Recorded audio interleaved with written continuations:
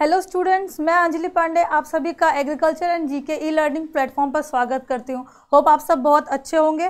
तो आज हम डिस्कस करने जा रहे हैं एफसीआई रिक्रूटमेंट, जो आपने AG3 के लिए फॉर्म अप्लाई करा हुआ है टेक्निकल पोस्ट के लिए। तो आज हम क्लास स्टार्ट करेंगे बॉटनी की, जो कि होगी हमारी सेल बायोलॉजी की क्लास। स्टार्ट करने से पहले अगर आपने अभी तक हमारा एग्रीकल्चर एंड जीके एप्लीकेशन अपने फ़ोन में इंस्टॉल नहीं किया है, so please do install from the Google play store, क्योंकि यहाँ पे जितने भी एग्रीकल्चर के एग्जामिनेशंस कंडक्ट होते थ्रू आउट द इंडिया, वो आपके सारे कोर्सेज आपको यहाँ अवेलेबल है। उनके टेस्ट सीरीज़ अवेलेबल हैं, स्टडी मटेरियल अवेलेबल है, free classes, free quizzes, ICR notes, जो कि अगर आप BSc यानी ग्रेजुएशन में है उसमें भी हेल्पफुल होगा और फर्दर कॉम्पिटिटिव एग्जामिनेशन के लिए भी आपको हेल्पफुल होगा। रेस्ट सिलेबस, जो कि हर एक एग्जाम, जो भी अपकमिंग एग्जाम होगा उसका जो डिफाइंड सिलेबस है वो यहाँ पे अपलोडेड है। New updates regarding examinations, previous year question paper and YouTube classes के जो नोट्स हैं वो भी आपको इस एप्लीकेशन पे अवेलेबल कराए जाते हैं। So please do install this application in your phone.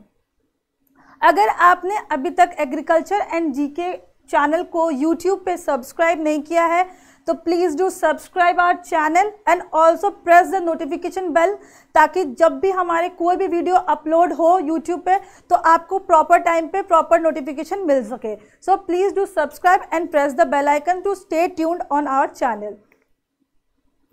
अगर आपने एफसीआई AG3 पोस्ट यानी टेक्निकल के लिए अप्लाई किया है तो आप हमारे आपके लिए हम लाए एक कंप्लीट कोर्स और आप इस कोर्स में इनरोल कर सकते हैं। इस कोर्स में हम आपको प्रोवाइड कर रहे हैं complete notes as per the syllabus, यानी AG3 टेक्निकल का जो सिलेबस है उसके अकॉर्डिंग अप्रोप्रिएट कंटेंट हम आपको प्रोवाइड करा रहे हैं। प्रिंटेबल ई बुक है, जो ई बुक्स हम अपलोड करेंगे वो आप प्रिंट करा के रख सकते हैं ताकि आप उसको थ्रू एंड आउट रिविजन कर सकें। एक क्वेश्चन बैंक है, फुल एंड टेस्ट सीरीज है अपने एनालिसिस के लिए, यूट्यूब क्लासेस और उस क्लास की नोट्स, यानी कि जो क्लासेस हम यूट्यूब पे अपलोड कर रहे हैं उनके नोट्स भी आपको अवेलेबल करा रहे हैं। Quality content for the examination, quality content for the examiner, जिससे आप एश्योर कर सके कि इस बार आपको ये सीट बिल्कुल मिले, बिल्कुल आपको ये जॉब मिल सके। और ये सारे फीचर्स आपको है ओनली 1500 की कॉस्ट पे।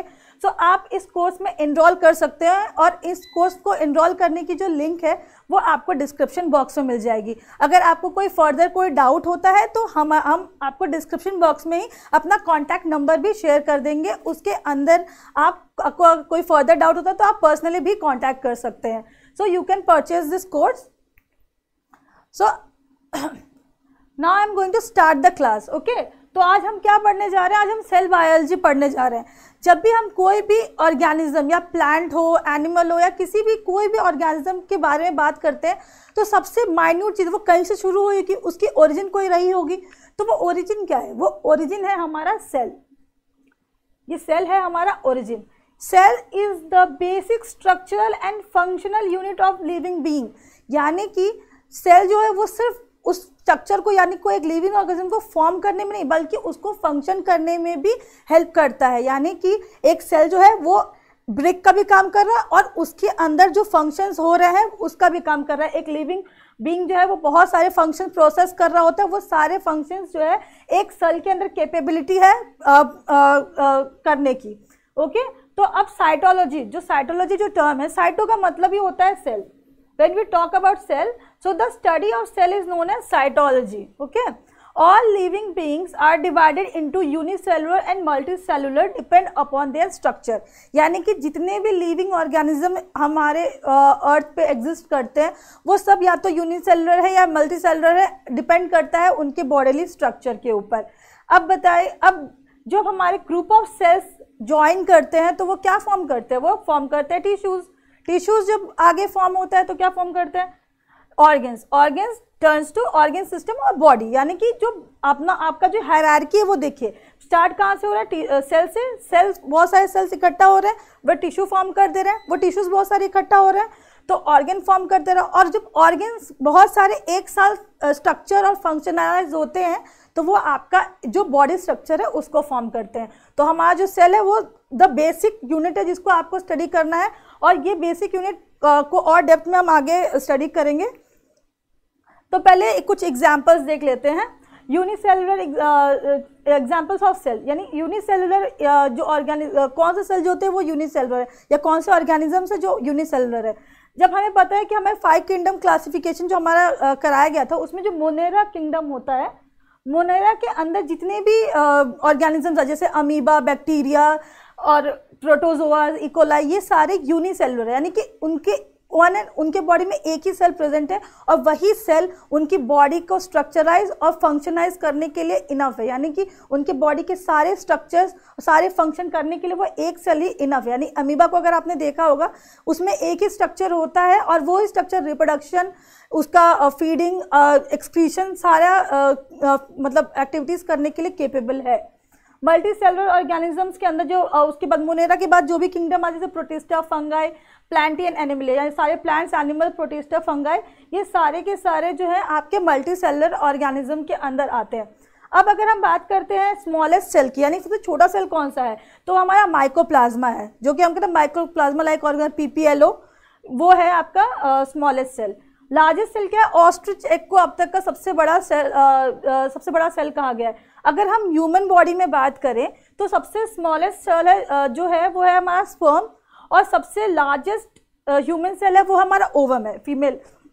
लॉन्गेस्ट सेल का अगर हम बात करते हैं तो लॉन्गेस्ट सेल है हमारा न्यूरॉन्स, जो कि हमारे ब्रेन में प्रेजेंट है। ब्रेन का जो स्ट्रक्चरल यूनिट होता है न्यूरॉन, और इसी सेल का सबसे कम रिप्लेस करने का चांस है। अगर न्यूरॉन्स एक बार डैमेज हो जाता है तो वो दोबारा कभी भी रिप्लेनिश नहीं हो सकता, यानी कि सबसे लॉन्गेस्ट सेल भी है ये, और इसकी जो रीजेनरेटिव पावर है वो ज़ीरो है बिल्कुल। इसलिए अगर आपके ब्रेन में चोट लगती है या फिर सर में कोई इंटरनली चोट लगती है तो वो क्योर करना बहुत ही मुश्किल हो जाता है, क्योंकि वहाँ के न्यूरॉन्स जो वो डैमेज हो गए होते हैं, और वो जो डैमेज न्यूरॉन्स है वो वापस खुद को रीजेनरेट नहीं कर पाते। ओके, तो उसमें जो डिविजिबिलिटी फैक्टर है वो बहुत ही कम है, मतलब 0 के बराबर डिविजिबिलिटी फैक्टर है।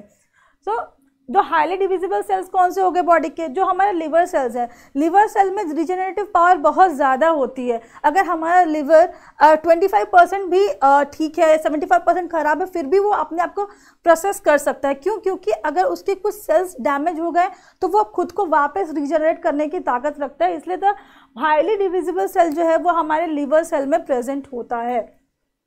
Okay, all unicellular organisms are capable of independent existence and performing essential function of their life। यानी कि अगर एक, जैसे मैंने आपको बताया अमीबा के अंदर एक ही सेल होता है, वही सेल उसका स्ट्रक्चर का भी काम करता है और उसके अंदर जितने भी फंक्शंस हो रहे हैं, अगर उसको रिप्रोडक्शन करना है उसका काम भी, उसको खाना है यानी फीडिंग का प्रोसेस भी, डाइजेशन का प्रोसेस, एक्सक्रीशन का प्रोसेस, सारा प्रोसेस वो एक ही सेल करने के केपेबल है। तो one cell is enough to process all the functions in the body। अब हम वायरसेस की बात करते हैं। जब सब लोग कहते हैं कि वायरसेस हमारा लिविंग सेल नहीं होता, virus is an intermediate between living and non living. Virus को जब तक कोई भी लिविंग ऑर्गेनिज्म नहीं मिलेगा वो कभी भी खुद को सस्टेन नहीं कर सकता। That's why when the virus enters the human body, जब वायरस हमारे ह्यूमन बॉडी में एंटर करता है तब उसको एक लिविंग सेल मिलता है जिसके ऊपर वो डिपेंड होके अपने आप को सस्टेन करता है और मल्टीप्लाई करता है। वायरस अपने आप से मल्टीप्लाई नहीं कर सकता जब तक उसको एक मीडियम ना मिल जाए, और यही रीज़न है कि उसको हम नॉन लिविंग सेल में कंसिडर करते हैं। It is a non living cell, it is an intermediate which requires a living body to exist, so it is not considered under the cell theory. अब मैं आगे आपको सेल थियरी बताऊंगी, तब मैं आपको बताऊंगी कि वायरस जो है वो क्यों लिविंग सेल के अंडर नहीं आता। अगर एक सेल है तो वो लिविंग होगा, every cell which performs all the functions that, तो हम उसको लिविंग सेल कह सकते हैं। अब ये रहा हमारा प्लांट सेल और एनिमल सेल, दो सेल्स हमने अभी आपको डिफरेंस बताएंगे। ठीक है, जो प्लांट सेल होता है वो रेक्टेंगुलर शेप में होता है। ठीक है, मेजरली जो प्लांट सेल होता है वो रेक्टेंगुलर शेप में होता है। ठीक है, और सबसे इम्पॉर्टेंट फीचर जो है वो है द सेल वॉल। ये जो सेल वॉल है जो प्रेजेंट है ये प्लांट सेल में प्रेजेंट है, but in animal cell you will not find the cell wall.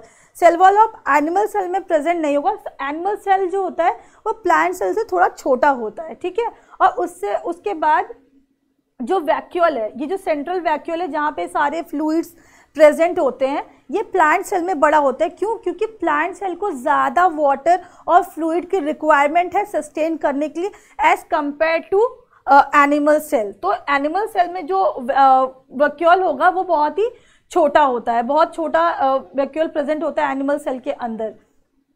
Plant cell में एक बहुत बड़ा वैक्यूल प्रेजेंट होता है, और रेस्ट बाकी गोल्गी एपरेचर्स जो होता है वो दोनों में प्रेजेंट होता है, plant cell also and animal cell also.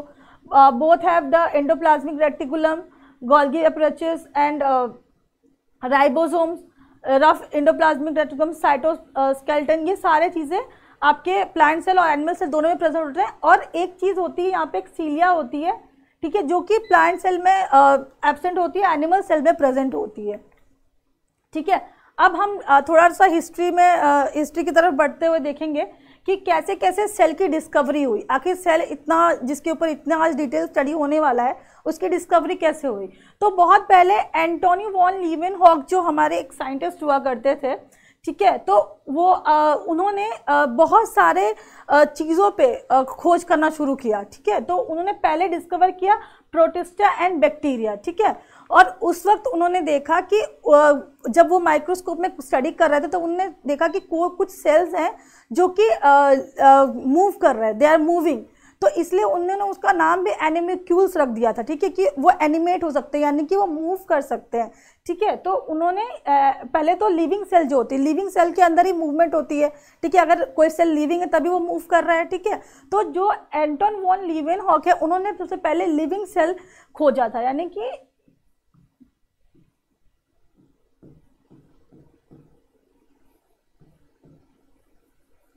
जो लिविंग सेल है वो एंटोन वॉन लीवेनहॉक ने निकाला था। और रॉबर्ट हुक जो है, उनको उन्होंने जब स्टडी किया था, हालांकि एंटोन वॉन लीवेनहॉक ने बाद में इनका स्टडी पता चला, लेकिन सबसे पहले रॉबर्ट हुक का स्टडी पता चला था।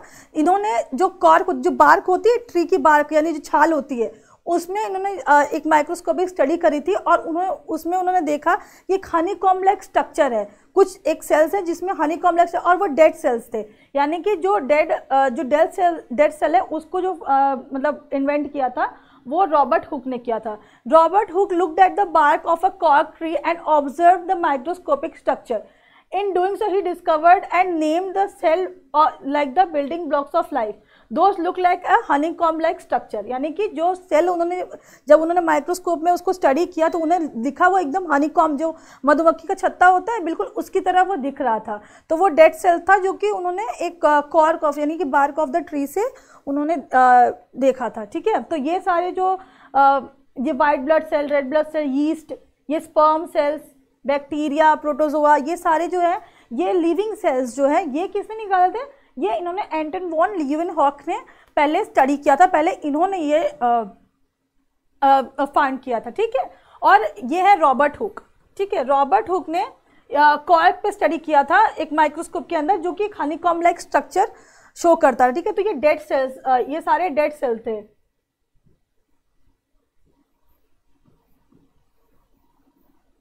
और ये लिविंग सेल्स।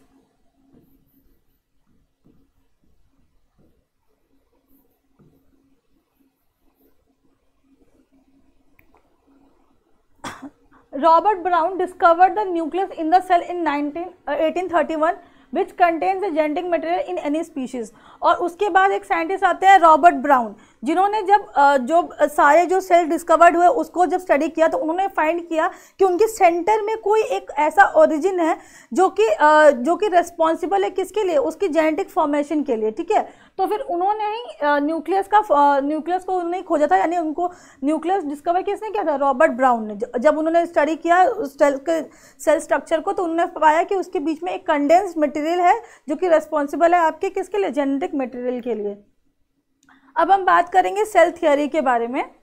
तो दो साइंटिस्ट, पहले तो सेल थियरी एक्चुअली 3 साइंटिस्ट की दी हुई है, पर स्टार्टिंग इसकी हुई थी 2 साइंटिस्ट के, स्केल्डेन एंड श्वान, या 2 साइंटिस्ट थे, एक बॉटनिस्ट थे स्केल्डेन, और श्वान जो थे वो जूलॉजिस्ट थे, ठीक है। तो जो बॉटनिस्ट थे इन्होंने क्या किया था, इन्होंने प्लांट पे स्टडी किया था, ठीक है, और जो श्वान थे इन्होंने एनिमल सेल्स पे स्टडी किया था, ठीक है। तो दोनों सेल पे इन्होंने स्टडी करके एक सेल थियरी फॉर्मुलेट की थी, ठीक है। In 1838 Schleiden defined cell as the basic unit of plant structure, and a year later Schwann defined the cell as the basic structure of animal. ये दोनों ने मिलकर ये बताया कि जो भी प्लांट और एनिमल जो है उसका जो बेसिक स्ट्रक्चर है वो क्या है, वो एक सेल है। ठीक है, ये दोनों की थ्योरी से पता चला था। देन जो स्वान है उन्होंने ही बाद में बताया कि जो जो सेल होता है उसमें एक प्लाज्मा मेम्ब्रेन भी एग्जिस्ट करता है। ठीक है, तो प्लाज्मा मेम्ब्रेन भी स्वान में ही खोजा था। ठीक है, तो बाद में और एक स्ट्रक्चर आती, दो चीज़ें पहले उन्होंने डिसाइड कर ली थी, क्या कि हर एक लिविंग ऑर्गेनिज्म के अंदर एक सेल है। ठीक है, और दूसरा प्लांट हो या एनिमल हो, दोनों में जो स्ट्रक्चरल और फंक्शनल यूनिट है वो क्या है, वो हमारा सेल है। ठीक है, दोनों सेल से बना हुआ है और वही सेल स्ट्रक्चर के लिए भी रेस्पॉन्सिबल है और फंक्शन के लिए भी रेस्पॉन्सिबल है। ये दोनों काम, ये चीज़ें किसने डिफाइन कर दी, स्केल्डन एंड स्क्वान ने।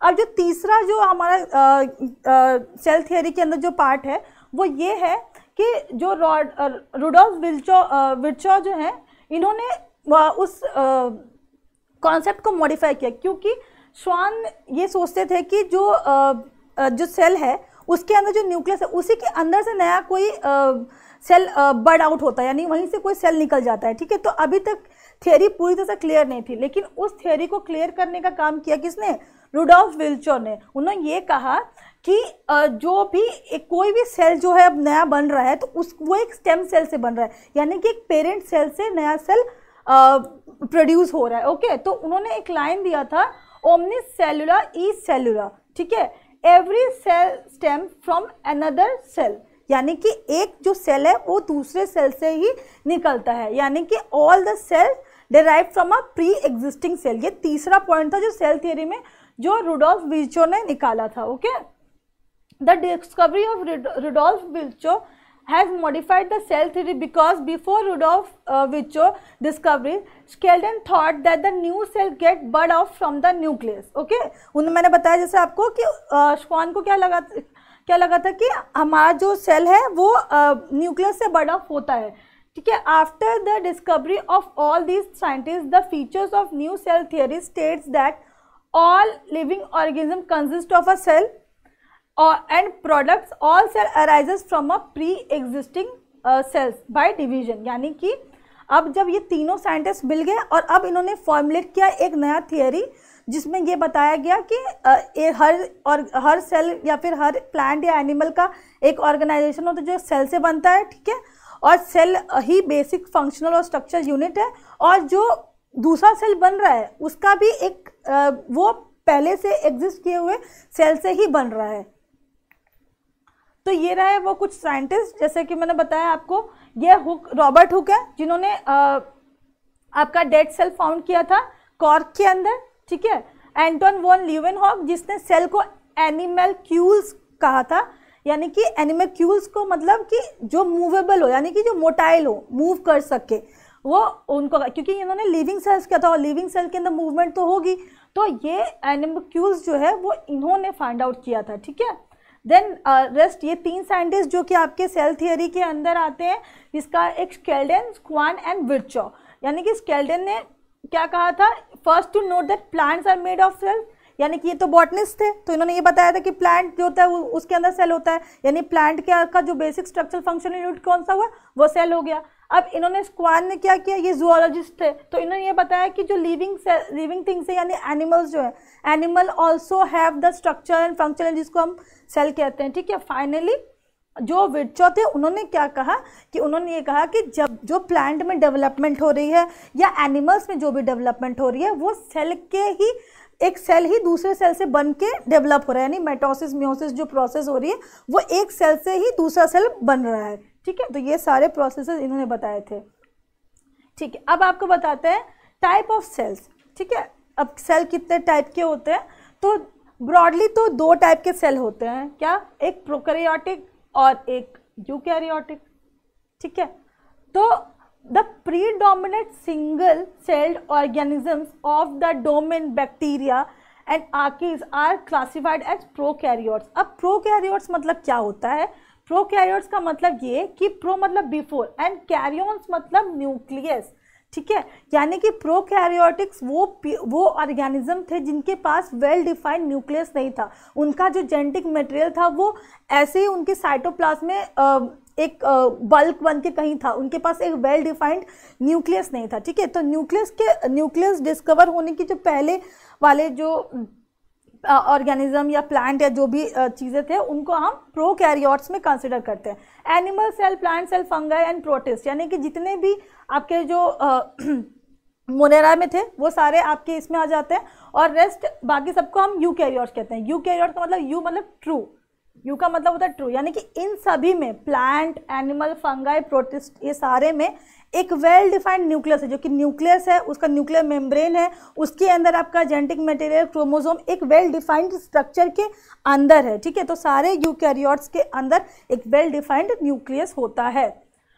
The eukaryotic cells have advanced nucleus and also have more elaborated internal organization, यानी कि जो हमारा यूकैरियोटिक सेल होता है ना, उस सेल को बहुत ही ज़्यादा एक वेल डिफाइंड, यानी कि जब किसी भी जिसका कोई भी आपका सेंटर क्या है, ठीक है, सेंटर है आपका न्यूक्लियस।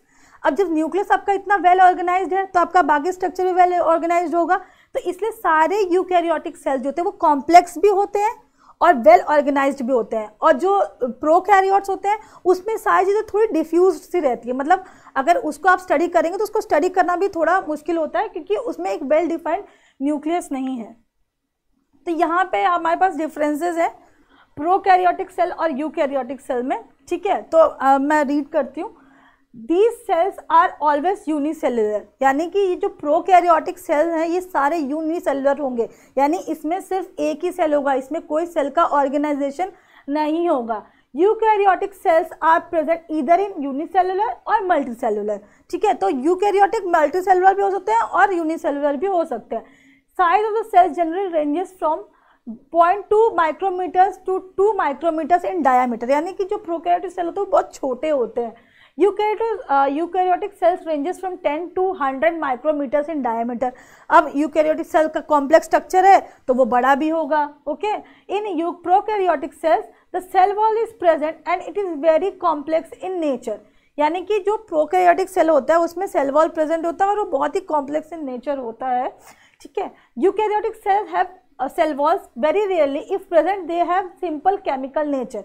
अब यूकैरियोटिक सेल में अगर हमारे पास सेल वॉल प्रेजेंट भी है तो उसका स्ट्रक्चर इतना कॉम्प्लेक्स नहीं होगा, बहुत ही सिंपल स्ट्रक्चर होगा, कुछ एक दो जो भी केमिकल्स होंगे उससे बना हुआ एक स्ट्रक्चर होगा, बहुत ही सिंपल स्ट्रक्चर होगा। लेकिन प्रोकैरियोट्स के अंदर जो हमारा सेल वॉल होता है वो बहुत ही कॉम्प्लेक्स प्रेजेंट होता है और बहुत ही कॉम्प्लेक्स होता है, उसके अंदर बहुत सारे केमिकल्स, बहुत सारी चीज़ें मिलके एक सेल वॉल का फॉर्मेशन करती हैं। और in this cell true nucleus is absent, instead nucleotide is present, okay। यानी कि अगर आप देखेंगे प्रोकैरियोटिक में, मैंने जैसा आपको बताया कि इसमें वेल डिफाइंड न्यूक्लियस तो है नहीं, ठीक है। अब वेल डिफाइंड न्यूक्लियस नहीं है तो बताइए जो इसके अंदर जो डीएनए यानी कि जिसका जेनेटिक मटेरियल है वो सही से तो होगा नहीं, यानी कि क्लियरली वो डिफाइंड नहीं है, सही जगह अलॉटेड नहीं है। तो जो डीएनए जो है वो सर्कुलर शेप में एक जो उसका सेंट्रल है उसके बीच में कहीं सर्कुलर शेप में प्रेजेंट होता है, ठीक है। और इसमें ट्रू न्यूक्लियस प्रेजेंट है और DNA is linear in shape, इसमें जो डीएनए है वो सर्कुलर शेप में है और इसमें लीनियर यानी कि लंबा लंबा जो डीएनए होता है वो लाइन वाइज यानी लॉन्गिट्यूडनली लंबा है और लीनियर इन शेप होता है और इसमें सर्कुलर इन शेप होता है, ठीक है। In prokaryotic cell cytoplasm is present but it is lacking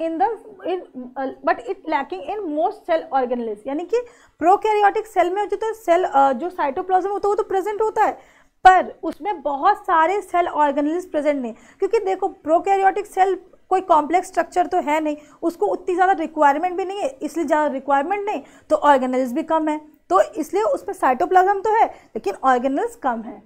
अब जैसे अब in eukaryotic cells it consist of both cytoplasm and organelles both are present, यानी कि अब यूकैरियोटिक स्ट्रक्चर जो होता है यूकैरियोटिक सेल जो है वो एक कॉम्प्लेक्स स्ट्रक्चर है, तो उसमें क्या है उसमें साइटोप्लाज्म भी होगा और बहुत सारे ऑर्गेनेल्स होंगे जो कि उसको फंक्शन करने में हेल्प कर रहे होंगे, है ना। तो ये दोनों चीज़ें इसमें प्रेजेंट है। अब देखो माइटोकॉन्ड्रिया जो होता है वो प्रोकैरियोट्स में नहीं प्रेजेंट होता है, ठीक है। It is an important point, ठीक है। जो माइटोकॉन्ड्रिया वो प्रोकैरियोट में प्रेजेंट नहीं होता और यूकैरियोट में प्रेजेंट होता है बिकॉज माइटोकॉन्ड्रिया क्या है, mitochondria is the power of the cell, यानी कि जो सेल को अपना फंक्शन करने के लिए जो पावर चाहिए, जो एनर्जी चाहिए वो कहाँ से मिल रही है, वो मिल रही है माइटोकॉन्ड्रिया से, ribosomes are present and they are small in size and shape is spherical, यानी कि जो प्रोकैरियोटिक सेल है उसमें राइबोसोम्स प्रेजेंट है, ठीक है, पर वो स्मॉलर इन साइज है और स्फेरिकल शेप में, ठीक है।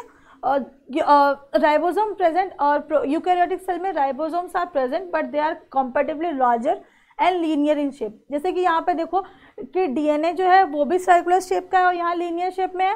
जो राइबोसोम्स है वो राइबोसोम दोनों में प्रेजेंट है, ठीक है, पर इसमें छोटा है और स्फेरिकल शेप में है और इसमें जो वो बड़ा है और लीनियर शेप में है, ठीक है, क्योंकि अब राइबोसोम जो है वो कॉम्प्लेक्स स्ट्रक्चर के लिए जो इसकी रिक्वायरमेंट है राइबोसोम की, वो उसमें जो सब यूनिट्स हैं वो बड़े बड़े होते हैं। वो मैं आपको आगे जब राइबोसोम के बारे में बताऊंगी then I will explain you all इसके कि राइबोसोम इसमें कंपैरेटिवली लार्जर क्यों प्रेजेंट होता है यूकैरियोटिक सेल में, okay. Endoplasmic reticulum and lysosomes and centromeres all are absent. अब ये सारे जो एंडोप्लाज्मिक रेटिकुलम, लाइसोसोम, सेंट्रोमियर, ये सारी चीज़ों की रिक्वायरमेंट कब होगी? इतना फंक्शन इस प्रोकैरियोटिक सेल में आकर ही नहीं होता कि इनकी रिक्वायरमेंट हो, तो ये प्रेजेंट भी नहीं होते, ठीक है। एंडोप्लाज्मिक रेटिकुलम, लाइसोसोम, सेंट्रोमियर, अब इन सब की जरूरत इसमें तो पड़ेगी क्योंकि इसमें सारे फंक्शंस ये प्रोसेस कर रहा है, ठीक है। तो ये एंडोप्लाज्मिक रेटिकुलम, लाइसोसोम, सेंट्रोमियर ये इसमें प्रेजेंट होगा और इसमें प्रेजेंट नहीं होगा, ठीक है। Plasmids are found in prokaryote, plasmid are really found in eukaryote. कुछ कुछ यूकैरियोट्स में आपको प्लाज्मिड मिल सकता है, पर जनरली प्लाज्मिड जो होता है वो प्रोकैरियोट्स में ही प्रेजेंट होता है, ठीक है। Cell division occurs through binary fission. अब ये चीज़ आप देखिए कि सेल डिवीजन जो बाइनरी फिजन से अकर कर रहा है। अब बाइनरी फिजन से अकर करने का एक मेजर रीज़न ये है कि इसके पास वेल डिफाइंड न्यूक्लियस तो है नहीं। जब वेल डिफाइंड न्यूक्लियस नहीं है तो जेनेटिक मटेरियल का जो डिवीजन है वो कैसे होगा, ठीक है। तो ये सारी चीज़ें होती नहीं है। तो ये एक एसेक्सुअल मोड ऑफ रिप्रोडक्शन, यानी कि अगर इसमें कोई नई स्पीशीज फॉर्म होती है तो वो इसकी बॉडी से ही होगी। जैसे कि आपने अमीबा को देखा होगा, अमीबा में एक बाइनरी फिशन होता है, ठीक है, उसकी बॉडी ही टूट के एक नया अमीबा क्रिएट करती है, तो उसमें कोई वो एक एसेक्सुअल प्रोसेस हो। तो मोस्ट ऑफ द प्रोकैरियोट्स में जो होता है वो आपको जो बाइनरी फिजन या एसेक्सुअल रिप्रोडक्शन ही करने मिलेगा सेल डिवीजन के लिए। और ये एक ही सेल है तो एक सेल ही आपका पूरा स्ट्रक्चर और फंक्शन की तरह काम कर रहा है। और यहाँ पे देखिए cell division occurs to mitosis. अब माइटोसिस मियोसिस वाला जो केस आता है वो कहाँ पे पड़ता है? जब आपके पास कोई वेल डिफाइंड न्यूक्लियस है, आपको जेनेटिक मटेरियल, कुछ जेनेटिक मटेरियल आपको पास ऑन करना है नेक्स्ट जनरेशन में, ठीक है, तो उसका प्रोसेस के लिए आपको क्या चाहिए? माइटोसिस का प्रोसेस चाहिए, ठीक है। तो सेल डिवीजन यहाँ पे माइटोसिस से होगा, यहाँ पे किससे होगा? बाइनरी फिजन से होगा।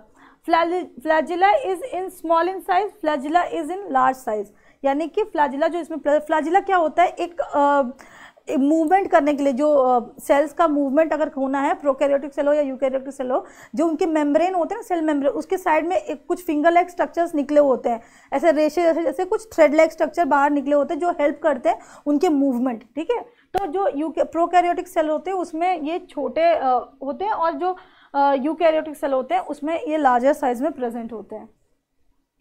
इन this cell only asexual reproduction occur. जैसे मैंने अभी आपको ऊपर बताया था कि सेल डिवीजन हो रहा है। सेल डिवीजन क्यों होगा? एक नया ऑर्गेनिज्म पैदा करने के लिए, एक नया सेल फॉर्म करने के लिए। रिप्रोडक्शन का मतलब भी वही होता है। तो यहाँ पे एसेक्सुअल रिप्रोडक्शन अकर करता है, यहाँ पे सेक्सुअल और एसेक्सुअल दोनों अकर करता है, क्योंकि ये इस सेल के अंदर जो बहुत सारे जो जैसे राइबोसोम है, माइटोकॉन्ड्रिया है, कुछ ऐसे जिसके अंदर खुद का इंटरनल डीएनए होता है, ठीक है। तो यहाँ पे दोनों सेक्सुअल भी और एसेक्सुअल भी दोनों मेथड से रिप्रोडक्शन होगा। Bacteria and archaebacteria are the example, plant and animal cell are the example. यानी कि प्लांट, बैक्टीरिया और आर्की जो होता है वो प्रोकैरियोटिक सेल का एग्जाम्पल है और प्लांट एंड एनिमल सेल जो होता है वो यूकैरियोटिक सेल का एग्जाम्पल है। होप आपको जो डिफरेंस है वो क्लियर हो गया होगा। अब ये देखिए जो मैंने आपको बताया उसके ये स्ट्रक्चर को देख लीजिए एक बार। ये प्रोकैरियोटिक सेल है और ये यूकैरियोटिक सेल है, ठीक है। अब ये प्रोकैरियोटिक सेल के अंदर देखिए ये एक न्यूक्लियोइड है, यानी कि जो भी जेनेटिक मटेरियल इसके अंदर प्रेजेंट है वो एक वेल डिफाइंड स्ट्रक्चर में नहीं है, ऐसे बस फैला हुआ है, यानी सर्कुलर शेप में कहीं भी बस एक लोकेट हो रहा है, कहीं पूरे भी साइटोप्लाज्म में कहीं भी लोकेट कर रहा है, ठीक है। ये एक फ्लैजिला है इसके अंदर, ठीक है, कैप्सूल है, न्यूक्लियोइड, ये कुछ स्ट्रक्चर जो इसमें भी प्रेजेंट है और इसमें भी प्रेजेंट है वो हो गए राइबोसोम हो गए, सेल मेम्ब्रेन इस पे प्रेजेंट है, और इसके अंदर देखिए एक वेल डिफाइंड न्यूक्लियस है, ठीक है, और इस न्यूक्लियस के अंदर न्यूक्लियोलस है जिसके अंदर आपको जेनेटिक मटेरियल मिलेगा, ठीक है, साइटोप्लाज्मिक मेम्ब्रेन है। तो ये आपको जो स्ट्रक्चर का डिफरेंस दिखाने के, कि कॉम्प्लेक्सिटी दिखाने के लिए ये स्ट्रक्चर, ये फोटो अपलोड करी गई है, कि आप समझिए कि प्रोकैरियोटिक सेल और यूकैरियोटिक सेल में डिफरेंस इतना ज़्यादा क्यों है, क्योंकि ये कितना कॉम्प्लेक्स है, इसके अंदर कितने सारे ऑर्गेनेल्स हैं जो इकट्ठे होके इसको फंक्शन करने में हेल्प कर रहे हैं, और इसके फंक्शन इसमें बहुत ही रेयर, बहुत ही कम, जो मोस्टली रिक्वायर्ड है, few of the organelles are present in prokaryotic cell. अब अगर हम बात करते हैं प्लांट सेल और एनिमल सेल में क्या अंतर होता है, ठीक है, प्लांट सेल और एनिमल सेल दोनों ही यूकैरियोटिक सेल है, ठीक है। अब इसमें भी कुछ फर्क आपको देखना होगा कि भाई अब इसमें भी क्या डिफरेंस है, ठीक है। तो प्लांट सेल जो होता है ना, वो एक रिजिड सेल वॉल से सराउंडेड होता है, यानी कि जब हम प्लांट सेल को देखेंगे माइक्रोस्कोप के अंदर, तो उसके ऊपर जो सेल मेम्ब्रेन के ऊपर एक लेयर बनी होती है जिसको हम लोग कहते हैं सेल वॉल, और ये एनिमल सेल में प्रेजेंट नहीं होती है, ठीक है। अब ये सेल वॉल बहुत सारे जो स्टोरेज का काम करती है और भी प्रोटेक्शन का काम करती है, ये सारी चीज़ों का, जो मैं आपको आगे जब सेल वॉल और डिस्क्राइब करूँगी तब मैं आपको बताती हूँ। तो अभी आप ये समझ लीजिए कि प्लांट सेल में जो होता है वो रिजिड सेल वॉल प्रेजेंट होता है, और एनिमल सेल में ऐसा कुछ भी प्रेजेंट नहीं होता, यानी सेल वॉल प्रेजेंट नहीं होती है। अब presence of large vacuoles seen in plant cell, जैसा कि मैंने अभी आपको जब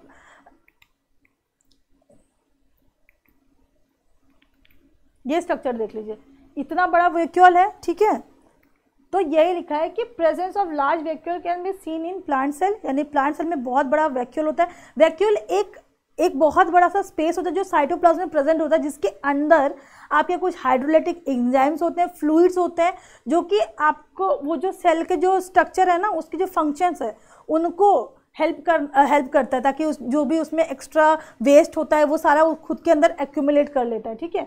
Whereas there are very small vacuoles as compared to plant cell can be seen in animal cell. Animal cell में भी vacuoles present होते हैं, but अगर हम plant cell से compare करेंगे तो animal cell में vacuoles छोटे होते हैं, और यही reason है कि plant cell animal cell से बड़ा होता है, ठीक है। अब ये larger in size और smaller in size, जैसे मैंने आपको बताया कि larger और smaller क्यों है, ठीक है। Plant cells have plastid, animal cells do not have plastids.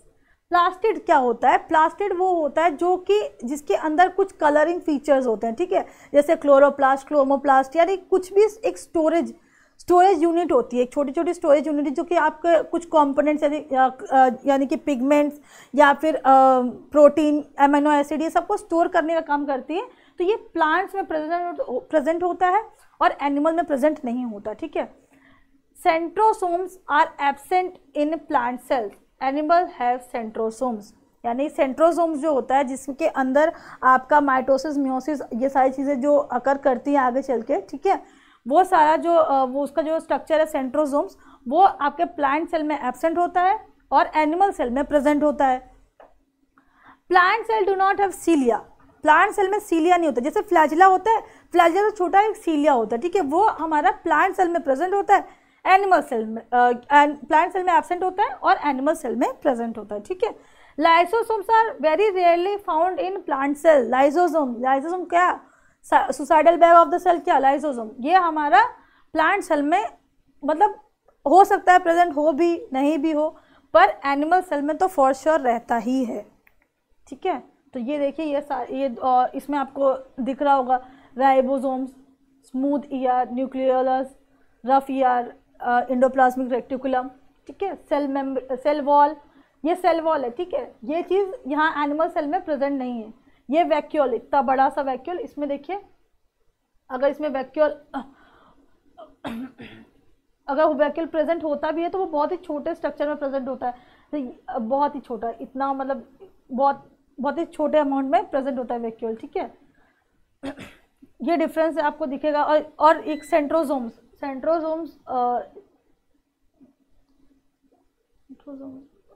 हाँ, सेंट्रियोल्स, ये जो सेंट्रोसोम होता है ना, ये पूरा जो स्ट्रक्चर जैसे 90 डिग्री के स्ट्रक्चर में जो फॉर्म किया हुआ है ना, ये आपको दिख रहा होगा,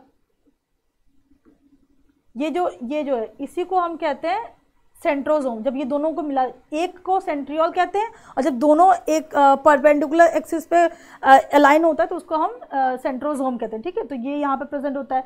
माइक्रोट्रिब्यूल्स प्रेजेंट होते हैं इसके अंदर। ये कुछ कुछ फीचर है जो आपको यहाँ पे प्रेजेंट नहीं मिलेंगे और यहाँ पे प्रेजेंट हो। अब जैसे कि मैं आपको क्या बता रही थी कि प्लास्टिड में क्या आता है, देखो ये क्या हमारा क्लोरोप्लास्ट हो गया, अमाइलोप्लास्ट हो गया, ठीक है। तो ये सारे टाइप ऑफ प्लास्टिड हैं जो कि आपको एनिमल सेल में, प्लांट सेल में प्रेजेंट होंगे, बट एनिमल सेल में इसकी रिक्वायरमेंट है नहीं। अब हम स्टार्ट करते हैं कंपोनेंट्स ऑफ द सेल से, ठीक है। तो कंपोनेंट्स ऑफ द सेल में सबसे पहले तो हम सेल वॉल की बात करेंगे, ठीक। तो सेल वॉल में क्या है, पहले आप इसको अच्छे से समझ लीजिए कि ये प्लांट सेल में प्रेजेंट होता है, ठीक है। ये तो मैंने आपको बता दिया है, ठीक। तो ये it is the outermost rigid protective and non-living structure, ठीक है। ये एक outermost स्ट्रक्चर है जो कि एक rigid यानी कि टफ स्ट्रक्चर है और नॉन लिविंग है, ठीक है। इसके अंदर कोई भी लाइफ प्रेजेंट नहीं होती है। Prokaryotic cells like bacteria, cyanobacteria and eukaryotic cell like algae, fungi and plant contain cell wall, यानी कि जो कुछ प्रोकैरियोटिक सेल जैसे कि बैक्टीरिया, साइनोबैक्टीरिया, और यूकैरियोटिक सेल में जैसे कि algae, fungi and plant. Prokaryotic में कौन सा, बैक्टीरिया, साइनोबैक्टीरिया, और यूकैरियोटिक में कौन, यूकैरियोटिक में एल्गी, फंजाई और प्लांट। इसके अंदर हमारा सेल वॉल प्रेजेंट होता है, पर ये एनिमल सेल में एब्सेंट होता है, जो कि मैंने अभी आपको बताया था। The composition of cell wall varies between the taxonomic groups and species and may be depend upon the cell type and development stage, यानी कि जो हमारा सेल वॉल का जो कॉम्पोजिशन है, यानी कि सेल वॉल किससे बना हुआ है, ठीक है, वो वैरी कर सकता है किससे, आपके टैक्सोनॉमिक ग्रुप से, स्पीशीज से। प्लांट में बहुत सारे स्पीशीज हैं, ठीक है, उस पर वैरी कर सकता है कि जैसे फंजाई में कोई और कॉम्पोनेंट होगा, एल्गी में कोई और कॉम्पोनेंट होगा, तो वो सारे जो है वो वैरी करेंगे, ठीक है। अब जो सेल वॉल है वो 4 लेयर की बनी हुई होती है, ठीक है। एक मिडिल लैमेला होता है, प्राइमरी सेल वॉल होता है, सेकेंडरी सेल वॉल होता है, टर्शरी सेल वॉल होता है, ठीक है। अब पहले तो ये देखो कि मिडिल लैमेला जो होता है वो एकदम सेल वॉल को दूसरे सेल वॉल से जोड़ के रखने का काम करता है, ठीक है। और जो प्राइमरी सेल वॉल होता है, the primary cell wall of land plants is composed of the polysaccharides like cellulose, hemicellulose and pectin, यानी कि जो प्लांट्स के अंदर हमारा जो सेल वॉल है उसमें जो पॉलीसैकेराइड्स होंगे वो कौन कौन से होंगे, याद रखना। एक होता है सेल्यूलोज प्रेजेंट होता है सेल वॉल ऑफ प्लांट के अंदर, हेमीसेल्यूलोज एंड पेक्टिन, ये 3 प्लांट सेल के सेल वॉल में प्रेजेंट होंगे, ठीक है। Other polymers like lignin, suberin and cutin are anchored to और embedded in the plant cell, और ये कुछ और जैसे लिग्निन, सुबेरिन और क्यूटिन भी, ये सारे भी पॉलीसैकेराइड जो होते हैं वो आपके सेल वॉल में प्रेजेंट होते हैं। अब देखो कि बैक्टीरिया का जो सेल वॉल हो, जैसे मैंने आपको बताया ना कि प्रोकैरियोटिक में भी सेल वॉल होता है, ठीक है। तो बैक्टीरिया वाला जो सेल वॉल होगा वो उसमें क्या होगा, पेप्टिडोग्लाइकन होगा। उसके सेल वॉल का कंपोजिशन क्या होगा, पेप्टिडोग्लाइकन। यानी कि जब भी क्वेश्चन आपसे अराइज होता है कि in the cell wall of bacteria which component is present, तो आंसर क्या होगा, पेप्टिडोग्लाइकन। अब यहाँ पे देखते हैं, fungi possess all cell wall made of N acetyl glucosamine polymer, उसको काइटिन कहते हैं, ठीक है। यानी कि जो फंगाई का सेल वॉल है वो किससे बना हुआ है, वो काइटिन से बना हुआ है। अब सेल वॉल का जो हमारा फंक्शन है उसके बारे में हम बात करेंगे। तो सबसे पहला काम क्या है सेल वॉल का, सपोर्ट, ठीक है। The cell wall provide mechanical strength and support, it also controls the direction of cell growth, ठीक है। यानी खुद को सपोर्ट करता है और सेल ग्रोथ की जो डायरेक्शन है उसको भी कंट्रोल करता है। Withstand the turgor pressure, turgor pressure is the force exerted against the cell wall as the content of the cell pushes the plasma against the cell wall. This pressure helps a plant to remain rigid and erect,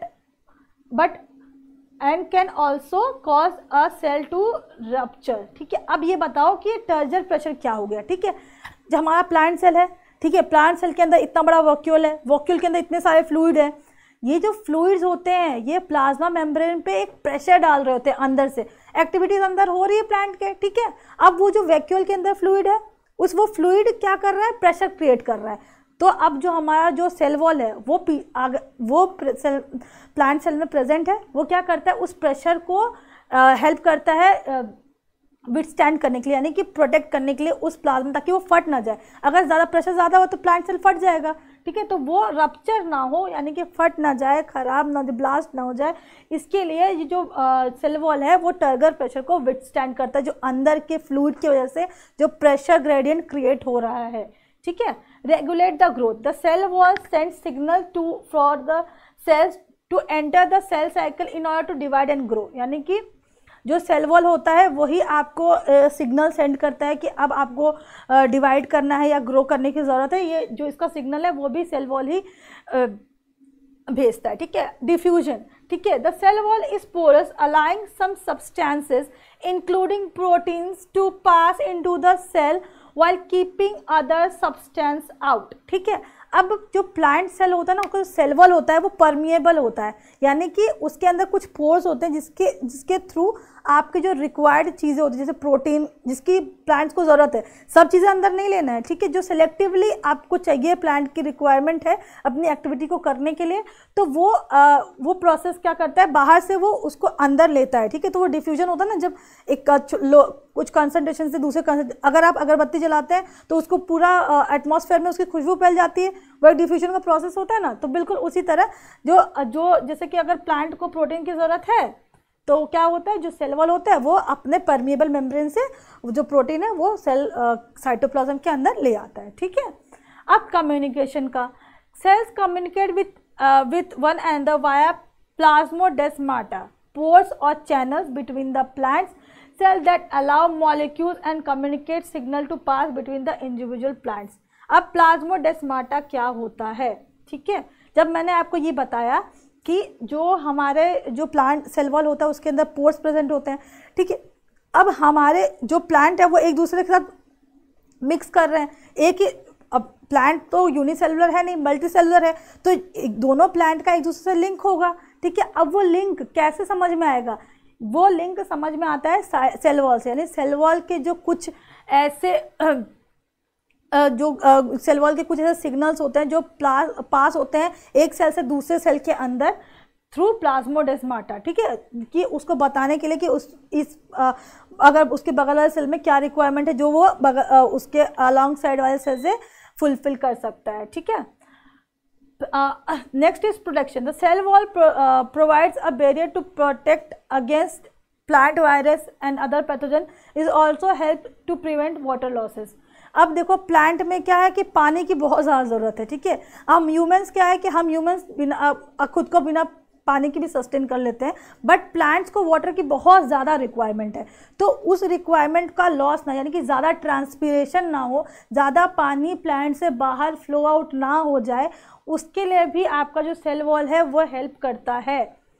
storage, the cell wall store carbohydrate for use in plant growth specially in seeds. अब देखो जो cell wall होता है ना, जो carbohydrate produce होता है, ठीक है, प्लांट्स में फोटोसिंथेसिस के टाइम पे कार्बोहाइड्रेट प्रोड्यूस होता है, वो जो कार्बोहाइड्रेट प्रोड्यूस हुआ है वो कहाँ स्टोर होता है, वो प्लांट सेल वॉल में, प्लांट के सेल वॉल में वो स्टोर कर लिया जाता है, ठीक है, ताकि वो आगे चल के जब भी उसको ग्रोथ की आवश्यकता हो तो वो उसको हेल्प कर सके, स्पेशली सीड्स के अंदर, ठीक है। सीड्स के जो सेल वॉल होता है उस सेल वॉल में कार्बोहाइड्रेट स्टोर रहता है सेल्यूलोज के फॉर्म में, स्टार्च के फॉर्म में, ठीक है। तो वो आपको हेल्प करता है आगे अपना प्रोसेस बढ़ाने के लिए। अगला है हमारा सेल मेम्ब्रेन, ठीक है। अब पहले तो सेल वॉल हो गया, अब सेल वॉल के अंदर वाला पार्ट, सेल वॉल के अंदर वाला पार्ट है सेल मेम्ब्रेन, इसको हम क्या कहते हैं, प्लाज्मा मेम्ब्रेन भी कहते हैं, ठीक है। प्लाज्मा मेम्ब्रेन कह लो, सेल मेम्ब्रेन भी कह लो। सेल वॉल के अंदर वाला जो मेम्ब्रेन वो सेल वॉल के अंदर वाला मेम्ब्रेन प्लाज्मा मेम्ब्रेन, ठीक है। Thin membrane that surrounds the living cell, यानी कि जो सेल का अंदर जो भी फ्लूइड है, जो भी कॉन्स्टिट्यूएंट है उसको सराउंड करता है, उसको एक मेम्ब्रेन, एक बाउंड्री क्रिएट कर रहा है, कौन, plasma membrane. Enclosed by this cell membrane are the cell constituents, यानी कि इसके अंदर ही जो सेल के कॉन्स्टिट्यूएंट है ना, जो ऑर्गेनल्स है, इतने सारे ऑर्गेनल्स देखे आपने एनिमल सेल के अंदर, प्लांट सेल के अंदर, है ना, वो सारे के सारे किसके अंडर है, इसी प्लाज्मा मेम्ब्रेन के अंदर में है, ठीक है। Often large water-soluble, highly charged molecules such as protein, nucleic acid, carbohydrates, and substances involve in cellular metabolism, यानी कि इसके अंदर वो सारे न्यूक्लिक एसिड, प्रोटीन, कार्बोहाइड्रेट, जितनी भी रिक्वायरमेंट है एक प्लांट की मेटाबॉलिज्म के लिए, वो सारे के सारे जो भी जो चीज़ें हैं उसी इसी प्लाज्मा मेम्ब्रेन के अंदर में एग्जिस्ट करते हैं। ठीक है, ठीक। अब अगला क्या है हमारा, प्रोटोप्लाज्म क्या होता है। अब ये तो मेम्ब्रेन हो गया, अब मेम्ब्रेन के अंदर, अब अंदर की बात होगी, बाहर का बाउंड्री हमने पढ़ लिया। ठीक है, बाउंड्री क्रिएट हो चुकी है। अब एक ये सेल है, ठीक है, इसके ऊपर ऊपर का हमने सेल वॉल पढ़ लिया है। अब हम पढ़ेंगे इसके अंदर का काम, यानी कि जो प्रोटोप्लाज्म है। प्रोटोप्लाज्म क्या है, ये अंदर की चीज। Protoplasm is the living part of the cell, यानी कि प्रोटोप्लाज्म क्या है, cell wall can be dead, cell wall is dead part. ठीक है, अब हमारा जो प्रोटोप्लाज्म है वो लिविंग है। क्यों लिविंग है, क्योंकि उसके अंदर हमेशा चेंजेस होते रहते हैं, फ्लूइड में, पीएच में, प्रोटीन कंटेंट में, starch, everything gets changed all the time. That's why it is a living part of a plant cell. और प्रोटोप्लाज्म ही आपको आगे चल के एसेक्सुअल मोड ऑफ रिप्रोडक्शन में भी हेल्प करता है। ठीक है, protoplasm is the living part of the cell which comprises of different cell organelles. और इसी प्रोटोप्लाज्म यानी कि ये जो अंदर का जो पूरा सब्सटेंस है, इसी के अंदर आपके जो छोटे माइटोकॉन्ड्रिया, राइबोसोम, न्यूक्लियस, सारी चीज़ें इसी के अंदर प्रेजेंट होती है। It is a gel like structure, colourless, transparent and viscous living substance present in the cell, यानी कि ये एक जेली लाइक स्ट्रक्चर होता है। ये ठीक होता है क्योंकि इसके अंदर बहुत सारे फ्लूइड हैं, तो जेली लाइक स्ट्रक्चर हो जाता है। ठीक है, ये कलरलेस होता है जो कि आपके प्लांट सेल में प्रेजेंट होता है। अब आगे बढ़ने से पहले मैं आपको बताना चाहती हूँ कि अगर आप FCI AG3 के लिए प्रिपेयर कर रहे हैं for phase 1 and phase 2 both, math, reasoning, English और GS का जो भी कंटेंट है, जो भी मटेरियल है, आपके लिए एक बैच प्रिपेयर किया गया है। वीडियो बैच है ये, ठीक है, और इसके अंदर आपको live and recorded videos available कराई जा रही हैं। क्लासेस के नोट्स, जो भी क्लास आपके जो वीडियो क्लासेस जो चल रहे होंगे लाइव रिकॉर्डेड, उनकी जो नोट्स हैं वो अवेलेबल हैं। ई बुक्स अवेलेबल हैं सिलेबस के बेस पे, यानी कि जो आपका FCI AG3 का जो सिलेबस है, जिसमें आपका मैथ्स, रीजनिंग, क्वांट और ये सब आता है, उसका जो सिलेबस है उसके बेस पे ई बुक है, फुल लेंथ टेस्ट सीरीज है और डाउट क्लियरिंग सेशन है। ठीक है, तो आप इस कोर्स को परचेज कर सकते हैं just in the cost of 2000 की कॉस्ट में। आप इन सारे टेक्निकल, अकाउंटेंट, जनरल, डिपो, ये सभी के लिए जो आपका फेज़ 1 एंड फेज़ 2 की प्रिपरेशन है वो आप इस कोर्स से कर सकते हैं। इस कोर्स को परचेज करने का जो लिंक है वो आपको डिस्क्रिप्शन बॉक्स में मिल जाएगा। ये हमारा हेल्पलाइन नंबर है। इस हेल्पलाइन नंबर पे आपको अगर कोई भी और डाउट होता है तो आप इस पे पर्सनली भी कांटेक्ट कर सकते हैं। हमारे तरफ से आपको पॉजिटिव रेस्पॉन्सेस मिलेंगे। And please do enrol in this course because ये आपके लिए बहुत ही बेनिफिशियल होने वाला है। We are providing the best of all. ठीक है, तो आप इस कोर्स में इनरोल कर लीजिए। नाउ वील स्टार्ट कि हमारा सेल ऑर्गेनल क्या है। ठीक है, अब सेल ऑर्गेनल, अब हमने बात कर लिया बाहर क्या बात कर लिया, सेल वॉल की बात कर ली, प्लाज्मा मेम्ब्रेन की बात कर ली, उसके अंदर क्या है, हमने प्रोटोप्लाज्म की बात कर ली।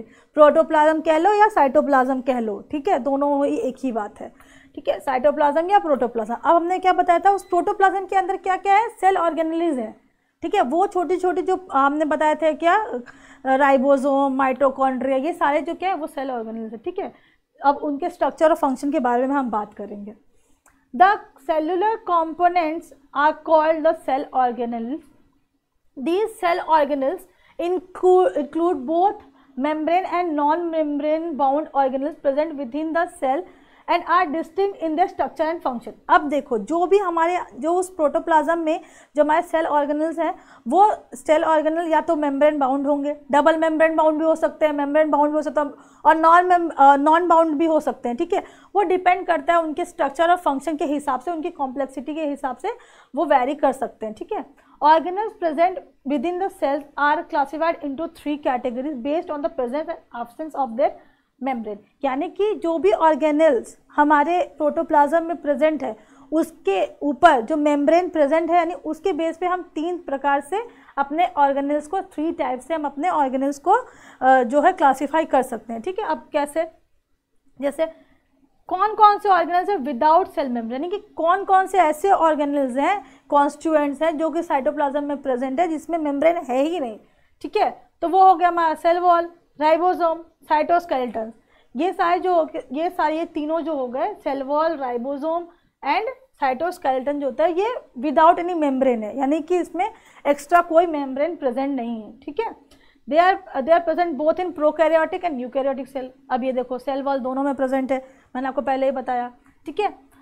सिंगल मेम्ब्रेन बाउंड ऑर्गेनल्स, अब वो ऑर्गेनल जिसमें सिंगल मेम्ब्रेन है, यानी कि एक मेम्ब्रेन जो खुद को प्रोटेक्ट करने के लिए एक्स्ट्रा है, ठीक है। तो वो कौन से हैं? Vacuoles, lysosomes, Golgi apparatus, endoplasmic reticulum are the single membrane bound organelles present only in eukaryotic cells. यानी कि जो सिंगल मेम्ब्रेन बाउंड ऑर्गेनल्स है, ये सारे जो मैंने बताया, vacuoles, lysosome, Golgi apparatus and endoplasmic reticulum, ये सिर्फ यूकैरियोटिक सेल में प्रेजेंट है और इसमें एक मेम्ब्रेन प्रेजेंट होता है, ठीक है। अब डबल मेम्ब्रेन स्ट्रक्चर हम देखेंगे, डबल मेम्ब्रेन स्ट्रक्चर के बारे में। तो जो न्यूक्लियस है, माइटोकॉन्ड्रिया है, क्लोरोप्लास्ट है, ये सब क्या है? ये डबल मेम्ब्रेन है। यानी कि अब देखिए ये हमारा एक प्लांट, ये सेल का स्ट्रक्चर आपको दिख गया, ठीक है। अब इसमें देखिए कि आपका क्या है, ये क्लोरोप्लास्ट, यानी कि ये क्या है? ये क्लोरोप्लास्ट है। क्लोरोप्लास्ट क्या है? डबल मेम्ब्रेन स्ट्रक्चर है, ठीक है। माइटोकॉन्ड्रिया क्या है? डबल मेम्ब्रेन स्ट्रक्चर है। न्यूक्लियस ये जो है, ये डबल मेम्ब्रेन स्ट्रक्चर है, ठीक है। आपका वैक्यूल क्या है? वैक्यूल आपका सिंगल मेम्ब्रेन बाउंड ऑर्गेनल है। गोल्गी एपरेचस, ये तीन चीज़ आपके सिंगल है, मतलब जिसमें एक ही मेम्ब्रेन प्रेजेंट है। और राइबोसोम हो गया, ये आपका राइबोसोम के अंदर कोई भी मेम्ब्रेन बाउंड नहीं होता है, ठीक है, कोई भी यानी कि मेम्ब्रेन उसके ऊपर प्रेजेंट नहीं है। अब हम बात करते हैं एक एक सेल ऑर्गेनल के को डिटेल से पढ़ेंगे, आराम से सारी चीज़ों को एक्सप्लेन करेंगे इसमें, ठीक है। पहला स्टार्ट करते हैं माइटोकॉन्ड्रिया से। हमने माइटोकॉन्ड्रिया से क्यों स्टार्ट किया भाई? अब प्लांट को जिंदा रखने के लिए पावर तो चाहिए, तो इसलिए पहले माइटोकॉन्ड्रिया की बात कर लेते हैं, ठीक है। तो mitochondria are the powerhouse of the cell, यानी कि यही हमारा वो पावर हाउस है जहाँ से हमको जिंदा रहने का हमारा एनर्जी मिल रहा है, ठीक है, यही वो जगह है, ठीक है। They produce energy rich molecules of the cell. अब एनर्जी रिच मॉलिक्यूल क्या है सेल के? एटीपी जनरेशन का काम कहाँ हो रहा है? माइटोकॉन्ड्रिया के अंदर हो रहा है। It is a double membrane bound sausage shape organelle found in all eukaryotic cell, यानी कि ये एक डबल मेम्ब्रेन स्ट्रक्चर जो मैंने आपको बता दिया। और कॉलिकर ने इसको पहले देखा था, और ये जो टर्म है माइटोकॉन्ड्रिया, वो किसने दिया? वो बेंडा ने दिया, ठीक है। यानी कॉलिकर ने पहले इसको ऑब्जर्व किया था और बेंडा ने ये टर्म दिया था, ठीक। The double membrane divide it's lumen into the two distinct aqueous compartments. यानी अब वो जो डबल मेम्ब्रेन स्ट्रक्चर है ना, वो अपने आप को दो अलग अलग एक्वस कंपार्टमेंट, दो अलग अलग पार्ट्स में डिवाइड कर लेता है। जो अंदर वाला पार्ट होता है उसको हम कहते हैं मैट्रिक्स, और जो फोल्ड जो कि मैट्रिक्स जो वो फोल्ड हो जाता है अंदर में, किसके? क्रिस्टी के अंदर, cristae. Whereas the outer membranes form the continuous boundary with the cytoplasm, ठीक है। जो अंदर वाला जो स्ट्रक्चर है ना, वो बिल्कुल ऐसे से एकदम क्रिस्टी फॉर्म करते हैं, फोल्डेड मटेरियल फॉर्म करते हैं, उसको क्रिस्टी बोलते हैं। और जो बाहर वाला स्ट्रक्चर है वो साइटोप्लाज्म से लगा हुआ होता है, ठीक है। The inner membrane of the mitochondria is rather complex in structure. It has many fold that forms a layered structure called cristae. अब मैंने आपको बताया कि जो इनर वाला मेम्ब्रेन होता है उसमें बहुत सारा फोल्डेड स्ट्रक्चर होता है, ठीक है, उसी को हम क्या कहते हैं? क्रिस्टी कहते हैं। And this help to increase the surface area inside the organelles, यानी कि और यही क्रिस्टी जो होता है ना, ये जब फोल्डेड, बहुत सारा फोल्ड, अब किसी भी चीज़ को ऐसे फैला दो, अगर उसको फोल्ड करके आप रखेंगे तो कम जगह लेगा ना, तो वो जो एरिया जो होता है वो एरिया बहुत ज़्यादा मिल जाए उसको, इसलिए वो फोल्ड होके एग्जिस्ट करता है, ठीक है। The cristae and the protein of inner membrane aid in production of ATP molecule. अब मैंने आपको बताया था एटीपी का फॉर्मेशन होता है, यही हमारा वो जो एनर्जी का सोर्स है। जब जो क्रिस्टी है, यानी कि जो फोल्डेड पार्ट है मैट्रिक्स के अंदर, ठीक है, and the protein of the inner membrane, यही हेल्प करता है आपके एटीपी प्रोडक्शन में, ठीक है। Mitochondrial matrix is a viscous fluid that contains a mixture of enzymes and protein. अब जो माइटोकॉन्ड्रियल मैट्रिक्स है, ठीक है, वो तो क्रिस्टी का बात हो गया। अब उस मैट्रिक्स के अंदर क्या क्या आपको मिलता है? उस मैट्रिक्स के अंदर मिलता है आपको एंजाइम्स, ठीक है, जो हेल्प करता है, एंजाइम्स और प्रोटीन जो आपको हेल्प करता है एटीपी प्रोडक्शन के अंदर, ठीक है। It also comprises ribosomes inorganic ions, mitochondrial DNA. और एक बात और जो अभी आप यहाँ पे नोटिस कीजिए, यहाँ पे क्या लिखा है, mitochondrial DNA. It is a organelle present in the cell जिसके पास खुद का डीएनए है, यानी कि माइटोकॉन्ड्रिया के पास खुद का डीएनए है। इसीलिए बहुत सारे जो जेनेटिक डिसऑर्डर्स होते हैं वो ट्रांसमिट हो जाते हैं, बिकॉज अगर वो माइटोकॉन्ड्रिया से अगर अकर हो रहे हैं तो माइटोकॉन्ड्रिया के अंदर अपना ही डीएनए है, ठीक है, वो अपना खुद का डीएनए रखता है। सेल के पास अपना डीएनए है, माइटोकॉन्ड्रिया के पास अपना डीएनए है, ठीक है। Nucleotide cofactors and organic molecules, ये सारे आपके मैट्रिक्स में प्रेजेंट होते हैं। अब हम बात करते हैं फंक्शन ऑफ माइटोकॉन्ड्रिया। तो the most important function of mitochondria is to produce energy through the process of oxidative phosphorylation. Phosphorylation का मतलब क्या होता है? ऑक्सीडेटिव फॉस्फोराइलेशन का मतलब क्या होता है कि हमारा जो सेल होता है ना, उस सेल में एडीपी प्रेजेंट होता है, एडीपी, ठीक है। एडीपी क्या है? एडिनोसिन डाइफॉस्फेट, और एक इनऑर्गेनिक फॉस्फेट इसके अंदर प्रेजेंट होता है। तो ये क्या करता है ना, जब इन दोनों को जो जोड़ने का काम होता है ना, एडीपी से और एटीपी को जोड़ने का काम, यही फॉस्फोराइलेशन का। फॉस्फोराइलेशन मतलब एडिशन ऑफ फॉस्फेट, यानी एडीपी के अंदर एक और फॉस्फेट जुड़ता है और वो प्रोड्यूस करता है क्या? एटीपी। और एटीपी क्या होता है? आपका जो एनर्जी का सोर्स है प्लांट के सारे एक्टिविटीज़ के लिए। नेक्स्ट, ये तो पहला पॉइंट हो गया। अब दूसरा पॉइंट देखिए, help in maintaining an adequate concentration of calcium ion within the compartment of the cell, यानी कि जो कैल्शियम आयन का एक्सचेंज हो रहा है, जितने भी बहुत सारे अंदर में आयंस के एक्सचेंज होते रहते हैं, उसको भी हेल्प मेंटेन करने में हेल्प करता है, ठीक है। It also involve in various cellular activities like cellular differentiation, cell signaling, cell senescence, controlling the cell cycle and also the cell growth. अब बताओ, मैंने आपको बताया ना माइटोकॉन्ड्रियल डीएनए होता है, तो अब क्या करता है, जो बहुत सारे सेल एक्टिविटीज़ होती है कि सेलुलर डिफ्रेंशिएशन, यानी अगर सेल को डिवाइड करना है, सेल सिग्नलिंग यानी कि सेल को अगर कोई सिग्नल पास ऑन करना है उसके लिए, सेल सेनेसेंस यानी कि सेल का जो सेनेसेंस फेज होता है, यानी उसका डेथ का जो फेज होता है या उसके अंदर जो भी सेंसिटिविटी है उसका phase, controlling the cell cycle, और सेल साइकिल में जो भी माइटोसिस मियोसिस हो रहा है उन सबको कंट्रोल करने का काम भी, उस सब में भी माइटोकॉन्ड्रिया हेल्प करता है। अब ये देखिए आपके पास आया है पूरा का पूरा स्ट्रक्चर, ठीक है, जो मैं आपको समझा रही थी।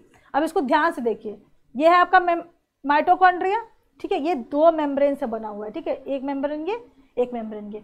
अब ये जो अंदर वाला ये जो बाहर वाला मेम्ब्रेन है वो क्या होता है, वो साइटोप्लाज्म से लगा हुआ है, ठीक है। और जो अंदर वाला मेम्ब्रेन होता है, वो अंदर वाला मेम्ब्रेन ऐसे, ये देखिए ऐसे फोल्ड है ना, बिल्कुल फोल्ड, यही जो फोल्ड है इसको हम क्रिस्टी कहते हैं। ये जो फोल्ड फॉर्मेशन हुआ है इसी को हम क्रिस्टी कहते हैं।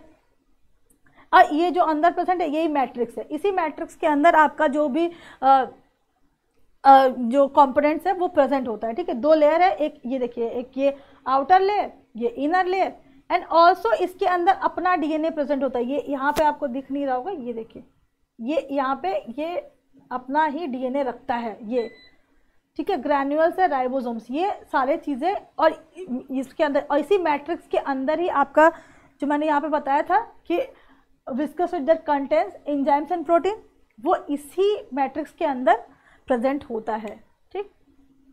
अब हम बात करते हैं सेकंड मोस्ट इम्पॉर्टेंट ऑर्गेनल, जो है हमारा न्यूक्लियस, ठीक है। न्यूक्लियस जो सेंटर ऑफ द सेल है, सेंटर जिसके अंदर आपके सारे जेनेटिक मटेरियल्स जो कि पूरे सेल को मॉनिटर कर रहा है। तो पहले तो ये, अब मैंने आपको स्टार्टिंग में ही बताया था, किसने देखा था? रॉबर्ट ब्राउन ने देखा था, ठीक है। तो it is discovered by Robert Brown. The study of nucleus is known as karyology. अब हमने कहा प्रोकैरियोट, याद करो, प्रोकैरियोट्स, यूकैरियोट, कैरियो मतलब न्यूक्लियस, तो कैरियो का स्टडी कैरियोलॉजी, तो study of nucleus is karyology. A nucleus is defined as a double membrane eukaryotic cell organelle that contains genetic material. अब देखो, माइटोकॉन्ड्रिया होगा डबल मेम्ब्रेन, ये हो गया, ये भी डबल मेम्ब्रेन स्ट्रक्चर है, इसके अंदर क्या होता है? जेनेटिक मटेरियल प्रेजेंट होता है, ठीक है। Structure of nucleus. अब स्ट्रक्चर ऑफ न्यूक्लियस के बारे में अगर हम बात करते हैं तो the cell nucleus consist of nuclear membrane, ये एक न्यूक्लियर मेम्ब्रेन प्रेजेंट होता है, कॉल द न्यूक्लियर एनवेलप, आप इसको न्यूक्लियर मेम्ब्रेन कह लो या न्यूक्लियर एनवेलप कह लो, ठीक है। न्यूक्लियोप्लाज्म, न्यूक्लियोलस एंड क्रोमोसोम्स, ये 4 चीज़ें होती है जो कि एक न्यूक्लियस में प्रेजेंट होती है, ठीक है। चलो अब हम बाहर से स्टार्ट करते हैं। बाहर से स्टार्ट कैसे करेंगे? न्यूक्लियर मेम्ब्रेन क्या होता है?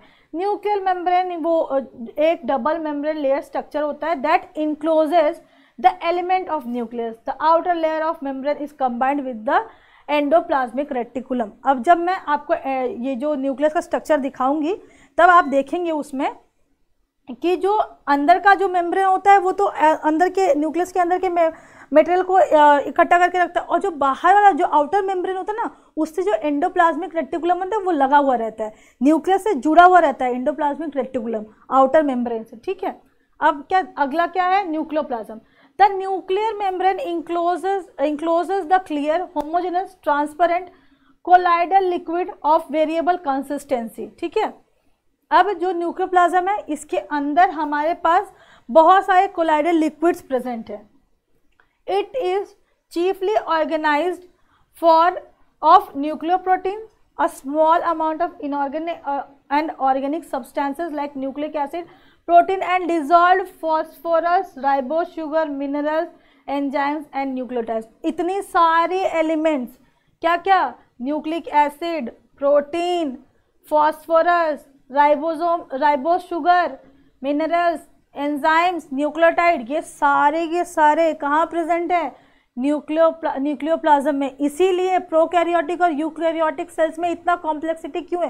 क्योंकि हम प्रोकैरियोटिक सेल में वेल डिफाइंड न्यूक्लियस है नहीं, उनके क्या न्यूक्लियोप्लाज्म है, ठीक। अब हमारे न्यूक्लियोप्लाज्म में इतने सारे जो चीज़ें हैं वो इकट्ठा होकर रही हैं, ठीक है। अब हमारा न्यूक्लियोलस क्या होता है? Nucleolus is a solid spherical shaped structure found inside the nucleus. Nucleus के अंदर एक स्फेरिकल स्ट्रक्चर होता है जिसको हम न्यूक्लियोलस कहते हैं। Nucleolus is solid spherical shaped structure.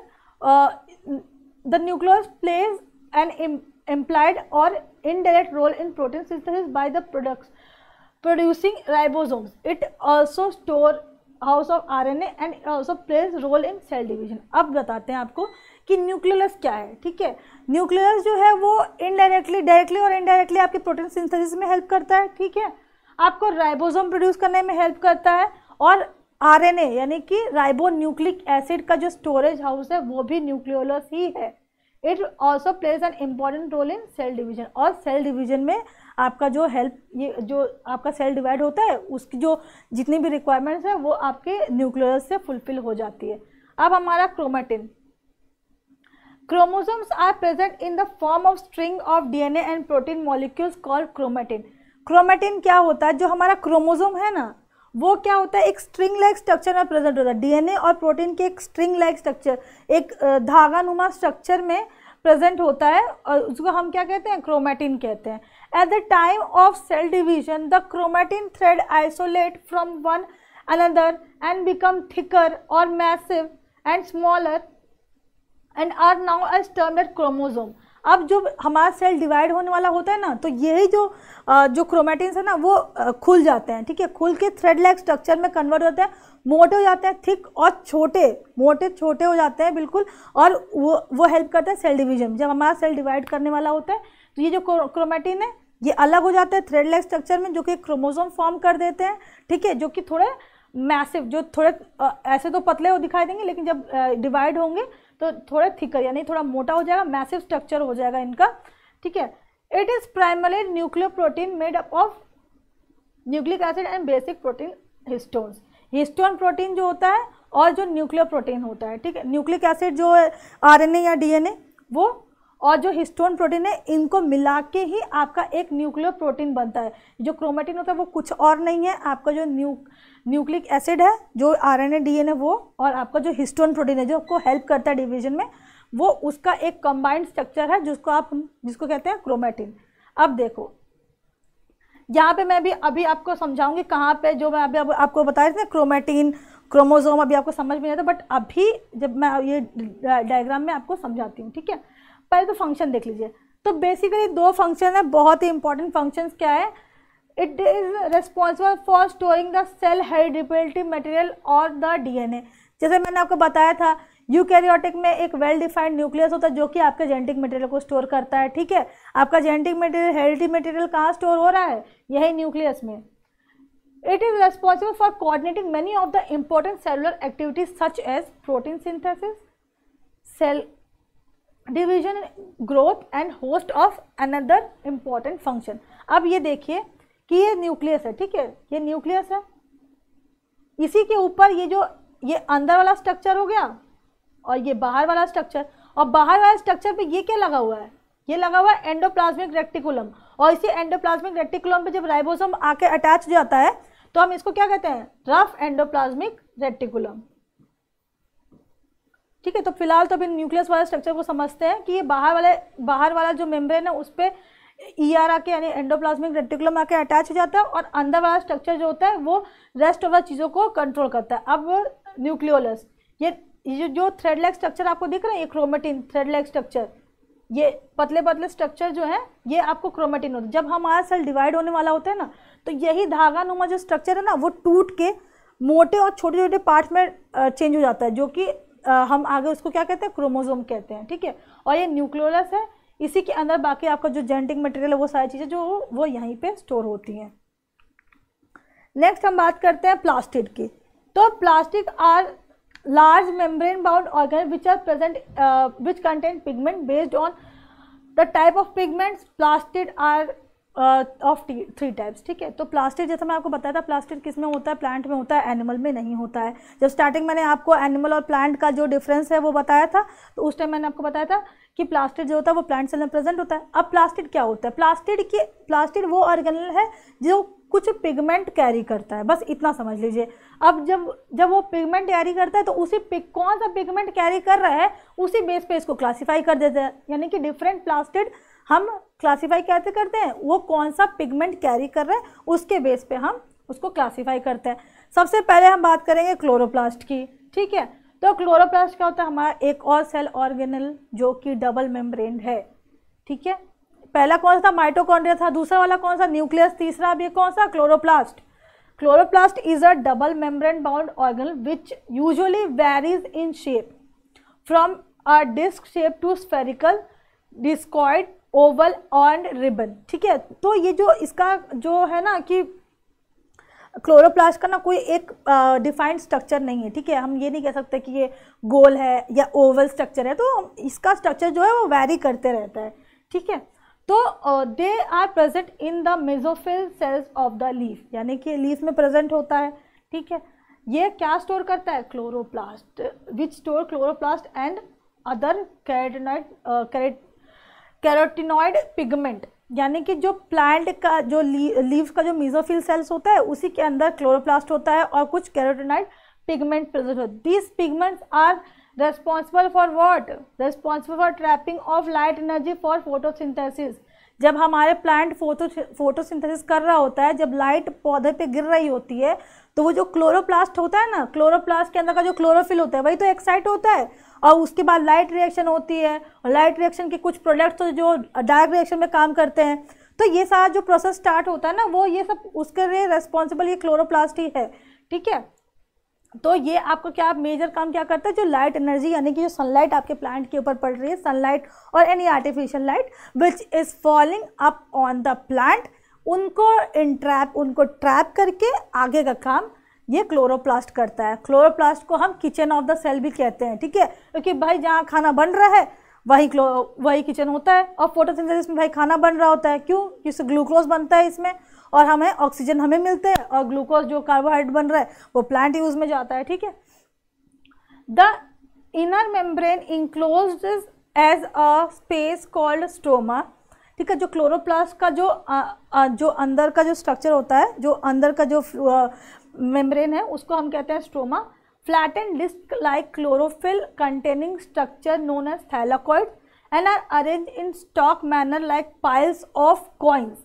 अब देखो जो क्लोरोप्लास्ट होता है, जब मैं अभी उसका डायग्राम दिखाऊंगी तब मैं आपको बताऊंगी, अभी ये समझ लीजिए कि जो क्लोरोप्लास्ट होता है उसका इनर मेम्ब्रेन क्या है, इनर मेम्ब्रेन को हम कह देंगे स्ट्रोमा, और उसके साथ में जो हमारे जो कॉइन लाइक स्ट्रक्चर थाइलाकॉइड्स हैं वो कॉइन लाइक स्ट्रक्चर एक दूसरे के ऊपर अरेंज हो जाएंगे, ठीक है। वो अरेंज होकर क्या बनाएंगे, ग्राना बनाएंगे, ठीक है। सिंगुलर में ग्रैनम कहते हैं और प्लूरल में ग्राना, क्योंकि एक ही नहीं होता, बहुत सारे ऐसे प्रेजेंट होता है और वो एक दूसरे से जुड़े हुए रहते हैं। ये सारे जो ग्रैनम होते हैं वो एक दूसरे से जुड़े होते हैं by the help of lamella, ठीक है। And the thylakoids of different grana are connected by flat membranous tubules known as stromal lamella. जो मैंने अभी आपको बताया कि ऐसे बहुत सारे ग्रैनम जो स्ट्रोमा में प्रेजेंट होते हैं वो एक दूसरे से जुड़े होते हैं बाय द स्ट्रोमल लैमेला।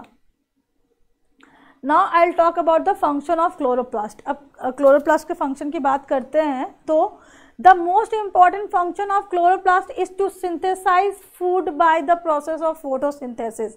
यानी कि जो फोटोसिंथेसिस का प्रोसेस हो रहा है उसमें जो हमारा जो फूड बन रहा है, यानी कि जो खाना तैयार हो रहा है, जो ग्लूकोज बन रहा है, वो उसको बनने में हेल्प कौन करता है, क्लोरोप्लास्ट करता है। Absorb light and convert it into chemical energy. Photosynthesis is a process where light energy is converted into chemical energy, और ये प्रोसेस को हेल्प कौन कर रहा है, क्लोरोप्लास्ट, ठीक है। Chloroplast has a structure called chlorophyll which functions by trapping the solar light and used for synthesis of food in all green plants. जब लाइट पड़ रही है पौधे के ऊपर तो हमारा जो क्लोरोफिल है, डिफरेंट टाइप ऑफ क्लोरोफिल, वो एक्साइट होते हैं, और एक्साइट होते हैं तो इलेक्ट्रॉन्स को आगे मूव करते हैं जिससे हाइड्रोलिसिस ऑफ वाटर होता है, ठीक है। तो ये सारे प्रोसेस होते हैं। Production of ATP adenosine triphosphate bye the process of photosynthesis. Carbon dioxide obtained from the air is used for generation of carbon and sugar during the Calvin cycle called dark reaction of photosynthesis, ठीक है। तो जब हमारा जो carbon dioxide जो हमारे atmosphere से plant obtain करता है उसको वो कन्वर्ट किस में करता है, वाटर, जो प्लांट वाटर यूज़ करता है उससे हमें देता है वो ऑक्सीजन, और जो प्लांट कार्बन डाइऑक्साइड यूज़ करता है उससे हमें देता है वो कार्बोहाइड्रेट, ठीक है। और ये वाटर से जो हमें ऑक्सीजन मिल रहा है ये लाइट रिएक्शन किससे होता है, और जो कार्बोहाइड्रेट कार्बन डाइऑक्साइड से जो हमें कार्बोहाइड्रेट मिल रहा है ये हमारा डार्क रिएक्शन का पार्ट है, ठीक है। अब हम बात करते हैं अदर प्लास्टिड के बारे में, ठीक है। वो तो हमने बात कर लिया क्लोरोप्लास्ट का, अब हम अदर प्लास्टिड का बात कर लेते हैं कि क्रोमोप्लास्ट, ठीक है। Chromoplast is the name given for to an area of all pigment to be kept and synthesized in plant. These can be usually found in flowering plant, aging leaves and fruits. Chloroplast converts into chromoplast. ठीक है. अब देखो जो chromoplast होता है ना, ये वो एरिया होता है जिसमें कुछ पिगमेंट, अगर प्लांट्स का कोई भी पिगमेंट जहाँ पे स्टोर होता है ना उसको हम लोग क्रोमोप्लास्ट कहते हैं. क्रोमा मीन्स कलर, ठीक है, और पिगमेंट मतलब कलर, ठीक है. जो भी कलर हमारा कहीं पे भी स्टोर हो रहा है, सिंथेसाइज हो रहा है, तो उसको हम क्रोमोप्लास्ट कह देते हैं. और आगे चल के क्लोरोप्लास्ट भी क्रोमोप्लास्ट में कन्वर्ट हो जाता है, डिपेंड करता है जैसे कि फ्लावरिंग प्लांट्स, एजिंग लीव्स और फ्रूट्स के अंदर, ठीक है. डिफरेंट टाइप ऑफ कलर्स और पिगमेंट्स जो हमारे प्लांट्स में दिखते हैं उसका वो क्रोमोप्लास्ट के थ्रू ही होता है, ठीक है. डिफरेंट कलर्स जो हमारा प्लांट शो करता है. अब देखो, अब अगला है क्या, leucoplast. It is a non pigmented organelle which is colourless. अब ल्यूकोप्लास्ट जो होता है ना उसमें कोई कलर नहीं है, उसमें कोई पिगमेंट नहीं है, कलरलेस है, ठीक है. Leucoplast are usually found in most of the non photosynthetic part of plant like root. अब रूट के अंदर आप देखेंगे, रूट के अंदर कोई कलर नहीं होता, ठीक है. तो वो ये जो ल्यूकोप्लास्ट है वो वहाँ प्रेजेंट होता है. They act as a storage shed of starch, lipid and protein depending upon the need of the plant. अब ल्यूकोप्लास्ट क्या करता है, स्टोरेज का काम करता है, ठीक है. हमारे प्लांट को अगर स्टार्च की ज़रूरत है, हमारे प्लांट को अगर लिपिड की ज़रूरत है, प्रोटीन की ज़रूरत है, तो वो कहाँ से लेगा, वो ल्यूकोप्लास्ट से लेगा, ठीक है. They are mostly use for converting amino acid and fatty acid, ठीक है. अब ये जो ल्यूकोप्लास्ट है ना, ये क्या काम करता है, अमीनो एसिड और फैटी एसिड के कन्वर्जन में हेल्प करता है हमें. और जो ल्यूकोप्लास्ट है वो 3 टाइप के हैं, ठीक है.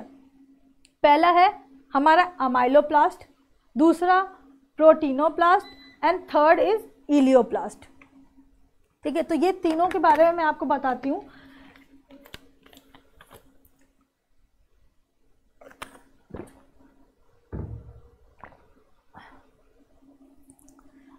अमाइलोप्लास्ट क्या होता है, amyloplast are the greatest among all of 3. They store and synthesize the starch. अब प्लांट है तो प्लांट का सबसे ज़्यादा इंपॉर्टेंट पार्ट क्या होगा, स्टार्च, क्योंकि भाई हम प्लांट को इतना यूजफुल क्यों मानते हैं, क्योंकि उससे हमें एनर्जी मिल रही है और स्टार्च मिल रहा है, तो जो स्टार्च को स्टोर करे वो सबसे ज़्यादा इंपॉर्टेंट हो गया, ठीक है। तो इसलिए एमाइलोप्लास्ट सबसे ज़्यादा इंपॉर्टेंट है क्योंकि वो स्टार्च को स्टोर करता है। अब प्रोटीनोप्लास्ट have been storing the protein and that a plant need and can be typically found in seed। अब जो प्रोटीन होता है यानी कि जो प्लांट के अंदर जो प्रोटीन होता है उसको कौन स्टोर करता है, प्रोटीनोप्लास्ट। और ये जो हमारे जो सीड्स होते हैं ना मेनली उसके अंदर हमको प्रोटीनोप्लास्ट मिल जाएगा। Elaioplast help in storing of fat and oil, जो ये प्लांट को ज़रूरत है। तो क्या एमाइलोप्लास्ट क्या स्टोर कर दिया, स्टार्च स्टोर कर दिया। प्रोटीनोप्लास्ट क्या स्टोर कर दिया, प्रोटीन। और इलियोप्लास्ट ने फैट और ऑयल्स को स्टोर कर दिया, ठीक है।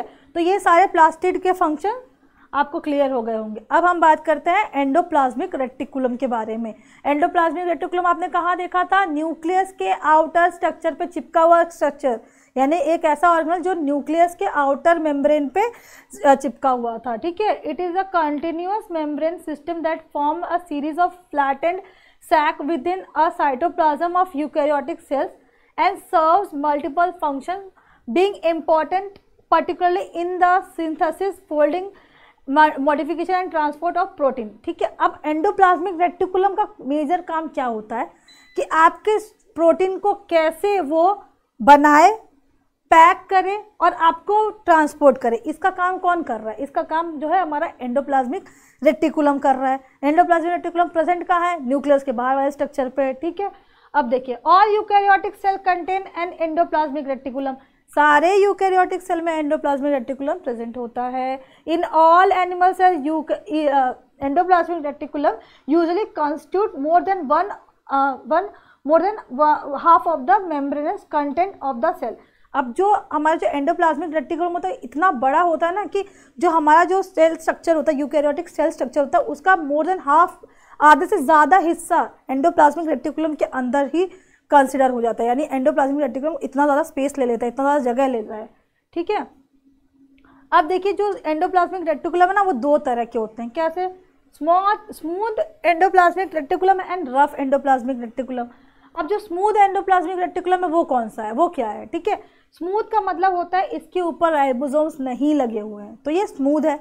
अब कोई भी सरफेस है उसके ऊपर छोटी छोटी कोई चीज़ लग जाएगी तो वो स्मूथ नहीं रहेगा ना, वो रफ हो जाएगा, उसमें ऊबड़ खाबड़ ऐसा लगने लगेगा, तो वो हमारा रफ ईआर हो जाता है। यानी रफ ईआर वो होता है, rough endoplasmic reticulum has the ribosome, यानी कि राइबोसोम जो छोटे छोटे यूनिट्स हैं वो आपके एंडोप्लाज्मिक रेटिकुलम से चिपके हुए हैं, तो वो रफ एंडोप्लाज्मिक रेटिकुलम। अगर राइबोसोम प्रेजेंट नहीं है तो वो स्मूथ एंडोप्लाज्मिक रेटिकुलम कहलाएगा, ठीक है। Smooth endoplasmic reticulum do not have ribosome over them whereas rough endoplasmic reticulum contains ribosome. अब हमारा जो एंडोप्लाज्मिक रेटिकुलम है उसका हम फंक्शंस डिस्क्राइब कर लेते हैं। तो पहले तो हम भाई स्मूथ एंडोप्लाज्मिक रेटिकुलम का फंक्शन डिस्क्राइब करते हैं। तो smooth endoplasmic reticulum is responsible for the synthesis of essential lipid such as phospholipid and cholesterol. अब जो हमारा जो भी फॉस्फोलिपिड कोलेस्ट्रॉल बन रहा है वो कौन बना रहा है, वो हमारा स्मूथ एंडोप्लाज्मिक रेटिकुलम बना रहा है। Smooth endoplasmic reticulum is responsible for production secretion of steroid hormones, यानी कि जो स्टेरॉयड हार्मोन्स हमारे प्लांट में फॉर्म हो रहे हैं वो भी उसकी फॉर्मेशन में हेल्प कौन कर रहा है, स्मूथ एंडोप्लाज्मिक रेटिकुलम हेल्प कर रहा है। It is also responsible for the metabolism of carbohydrate. Carbohydrate का मेटाबॉलिज्म यानी कि कार्बोहाइड्रेट कैसे स्टोर होगा, डाइजेस्ट होगा, यूटिलाइज होगा, उसका जो मेटाबॉलिज्म यानी कि जो कार्बोहाइड्रेट प्लांट से फॉर्म हो रहा है उसका मेटाबॉलिज्म भी के लिए रेस्पॉन्सिबल क्या है, स्मूथ एंडोप्लाज्मिक रेटिकुलम। अब जो हमारा रफ एंडोप्लाज्मिक रेटिकुलम है उसके फंक्शंस के बारे में बात करते हैं। तो अब जैसे कि आपको ये पता है कि जो रफ एंडोप्लाज्मिक रेटिकुलम होता है उसके ऊपर आपके प्रेजेंट होते हैं राइबोसोम। अब जैसे कि मैंने आपको बताया था कि ये देखिए ये छोटे छोटे स्ट्रक्चर्स हैं, ठीक है, इसी को हम क्या कहते हैं, राइबोसोम कहते हैं। यहाँ देखिए मार्क किया हुआ है, These are the ribosome which are present on the endoplasmic reticulum, और यही रीज़न है कि इसको हम रफ एंडोप्लाज्मिक रेटिकुलम, जो स्मूथ एंडोप्लाज्मिक रेटिकुलम होता है उस पर कोई राइबोसोम प्रेजेंट नहीं है। और ये रहा हमारा न्यूक्लियस, और न्यूक्लियस के आउटर मेम्ब्रेन पे चिपका हुआ है ये, ठीक है, ऐसे बना हुआ है, और इसके ऊपर राइबोसोम्स लगे हुए हैं, ठीक है। तो अब जो रफ एंडोप्लाज्मिक रेटिकुलम है उसका फंक्शन मैं आपको बता देती हूँ। तो अगर उसके फंक्शन पे जाएंगे तो the majority of the functions of rough endoplasmic reticulum is associated with protein synthesis, यानी कि जो राइबोसोम लगा हुआ इसका मेजर काम क्या है, प्रोटीन सिंथेसिस का काम, इसका मेजरली काम है प्रोटीन सिंथेसाइज करना। Rough endoplasmic reticulum also plays a vital role in protein folding. It ensures quality control. The second most important part of important function after protein synthesis and protein folding is protein sorting. अब देखो जो endoplasmic reticulum हमारे जो plant cell में बना किस लिए है कि वो प्रोटीन कैसे बनाए, कैसे उसको पैक करे, कैसे उसको सॉर्ट करे, यही काम है आपके एंडोप्लाज्मिक रेटिकुलम का, ठीक है। तो जो एंडोप्लाज्मिक रेटिकुलम, जो रफ एंडोप्लाज्मिक रेटिकुलम है वही मेजरली ये काम करता है कि हमारा प्रोटीन कहाँ बनेगा, कैसे बनेगा, उसको पैक कैसे करेंगे, सॉर्ट कैसे करेंगे, डिफरेंट जगह पे कैसे उसको अलग अलग करेंगे, ये सारा काम कौन कर रहा है, आपका रफ एंडोप्लाज्मिक रेटिकुलम कर रहा है। नाउ अगला, अगर हम कहते हैं गोल्गी एपरेचस, ठीक है, गोल्गी एपरेचस हम उसको गोल्गी कॉम्प्लेक्सेस कह सकते हैं या गोल्गी बॉडी भी कह सकते हैं, ठीक है। अब ये जो गोल्गी एपरेचस या गोल्गी बॉडी ये किसके नाम पे दिया गया, जिस साइंटिस्ट ने इसको खोजा था, तो किस साइंटिस्ट ने खोजा था, Camillo Golgi. Camillo Golgi was the scientist who discovered this organelle. It is found in all eukaryotic plants, plant में भी और एनिमल्स में भी, दोनों सेल्स में ये जो गोल्गी बॉडी है वो प्रेजेंट होता है। ये सिंगल मेम्ब्रेन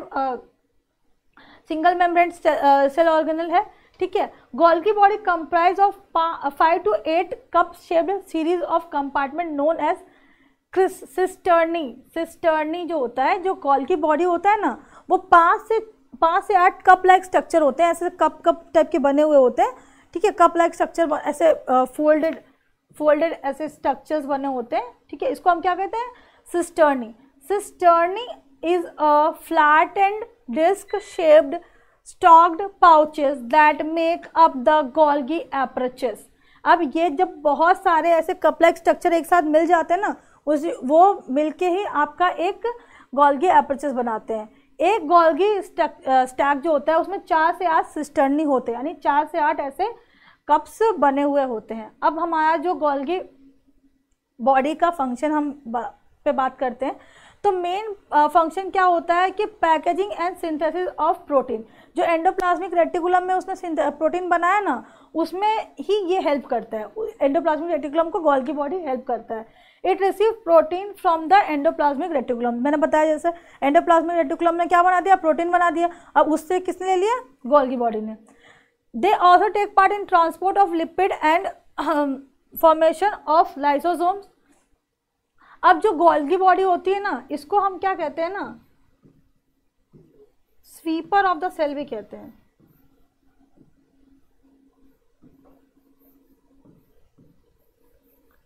स्वीपर मतलब क्या, स्वीपर मतलब झाड़ू लगाना, यानी कि वो साफ करता है चीज़ें, ठीक है।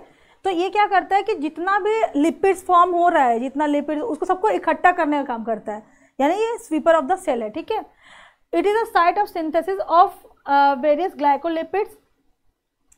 और ये जो कुछ ग्लाइकोलिपिड्स वगैरह जो होते हैं वो सिंथेसाइज होते हैं, वो उसका भी साइट, वो गोल्गी बॉडी में ही आपका सिंथेसिस हो रहा होता है, ठीक है। अब ये रहा आपका गोल्गी एपरेचस का स्ट्रक्चर। तो अब देखिए गोल्गी एपरेचस कैसा है। ये आपका ये जो फोल्ड हुआ है, ऐसा कप लाइक स्ट्रक्चर फोल्ड हुआ है, 1 2 3 4 5 6 ऐसे कप लाइक, इसको हम सिस्टर्नी कहते हैं। सिक्रेटरी वेसिकल्स, ठीक है, ये ट्रांसफेज है, और अंदर की तरफ जब जो पीछे की तरफ मुड़ा, यानी कि जो पीछे की तरफ निकला हुआ है वो ट्रांसफेज, और जो अंदर की तरफ है वो सिस फेज, ठीक है। और ये रहा नया फॉर्म वेसिकल, और इसके अंदर जो ल्यूमेन है। अब यही सारा जो ल्यूमेन है, इसी के अंदर जो आपका जो मटेरियल लिपिड्स होता है या प्रोटीन होता है, उसको ट्रांसपोर्ट करने में हेल्प करता है, ठीक है। अब हमारा लाइसोसोम क्या होता है, ठीक है। Lysosome are the sphere shaped sac filled with hydrolytic enzymes that have capability to break down in many types of biomolecules. अब जो हाइड्रोलाइटिक एंजाइम्स है, ठीक है, हाइड्रोलाइटिक एंजाइम्स जो होता है वो हाईली एसिडिक इन नेचर होता है, ठीक है। तो लाइसोसोम जो होता है वो स्फीयर लाइक स्ट्रक्चर होता है जो कि प्रेजेंट, उसके अंदर बहुत सारे हाइड्रोलाइटिक एंजाइम्स प्रेजेंट होते हैं और इसके अंदर ऐसी कैपेबिलिटी होती है, इसके जो एंजाइम्स प्रेजेंट होते हैं वो आगे चल के बहुत सारे टाइप के बायोमोलिक्यूल्स बनाते हैं, ठीक है। तो अब जो ये टर्म है लाइसोसोम, ये किसने दिया था? क्रिस्टियन डी डुवे, ये जो साइंटिस्ट हैं इन्होंने ही ये टर्म कॉइन किया था। ये थे एक बेल्जियन बायोलॉजिस्ट, बेल्जियम के एक बायोलॉजिस्ट थे जिन्होंने इसको डिस्कवर किया था, ठीक है। Lysosome single membrane bound structure है, ठीक है। The area with in the membrane is called the lumen, ठीक है। अब इस मेम्ब्रेन के अंदर जो प्रेजेंट है उसको हम कहते हैं lumen, which contain the hydrolytic, ये जो हाइड्रोलाइटिक एंजाइम है वो कहाँ प्रेजेंट है? इसी ल्यूमेन में प्रेजेंट है, ठीक है। तो hydrolytic enzyme and other cellular debris, debris का मतलब क्या होता है कि वेस्ट मटेरियल, वेस्ट मटेरियल है जो इसके अंदर प्रेजेंट है और बहुत सारे वेस्ट मटेरियल, और ये जो हाइड्रोलाइटिक एंजाइम, ये हाइड्रोलाइटिक एंजाइम्स ये सारे इसी लूमेन में प्रेजेंट होते हैं। अब क्या होता है?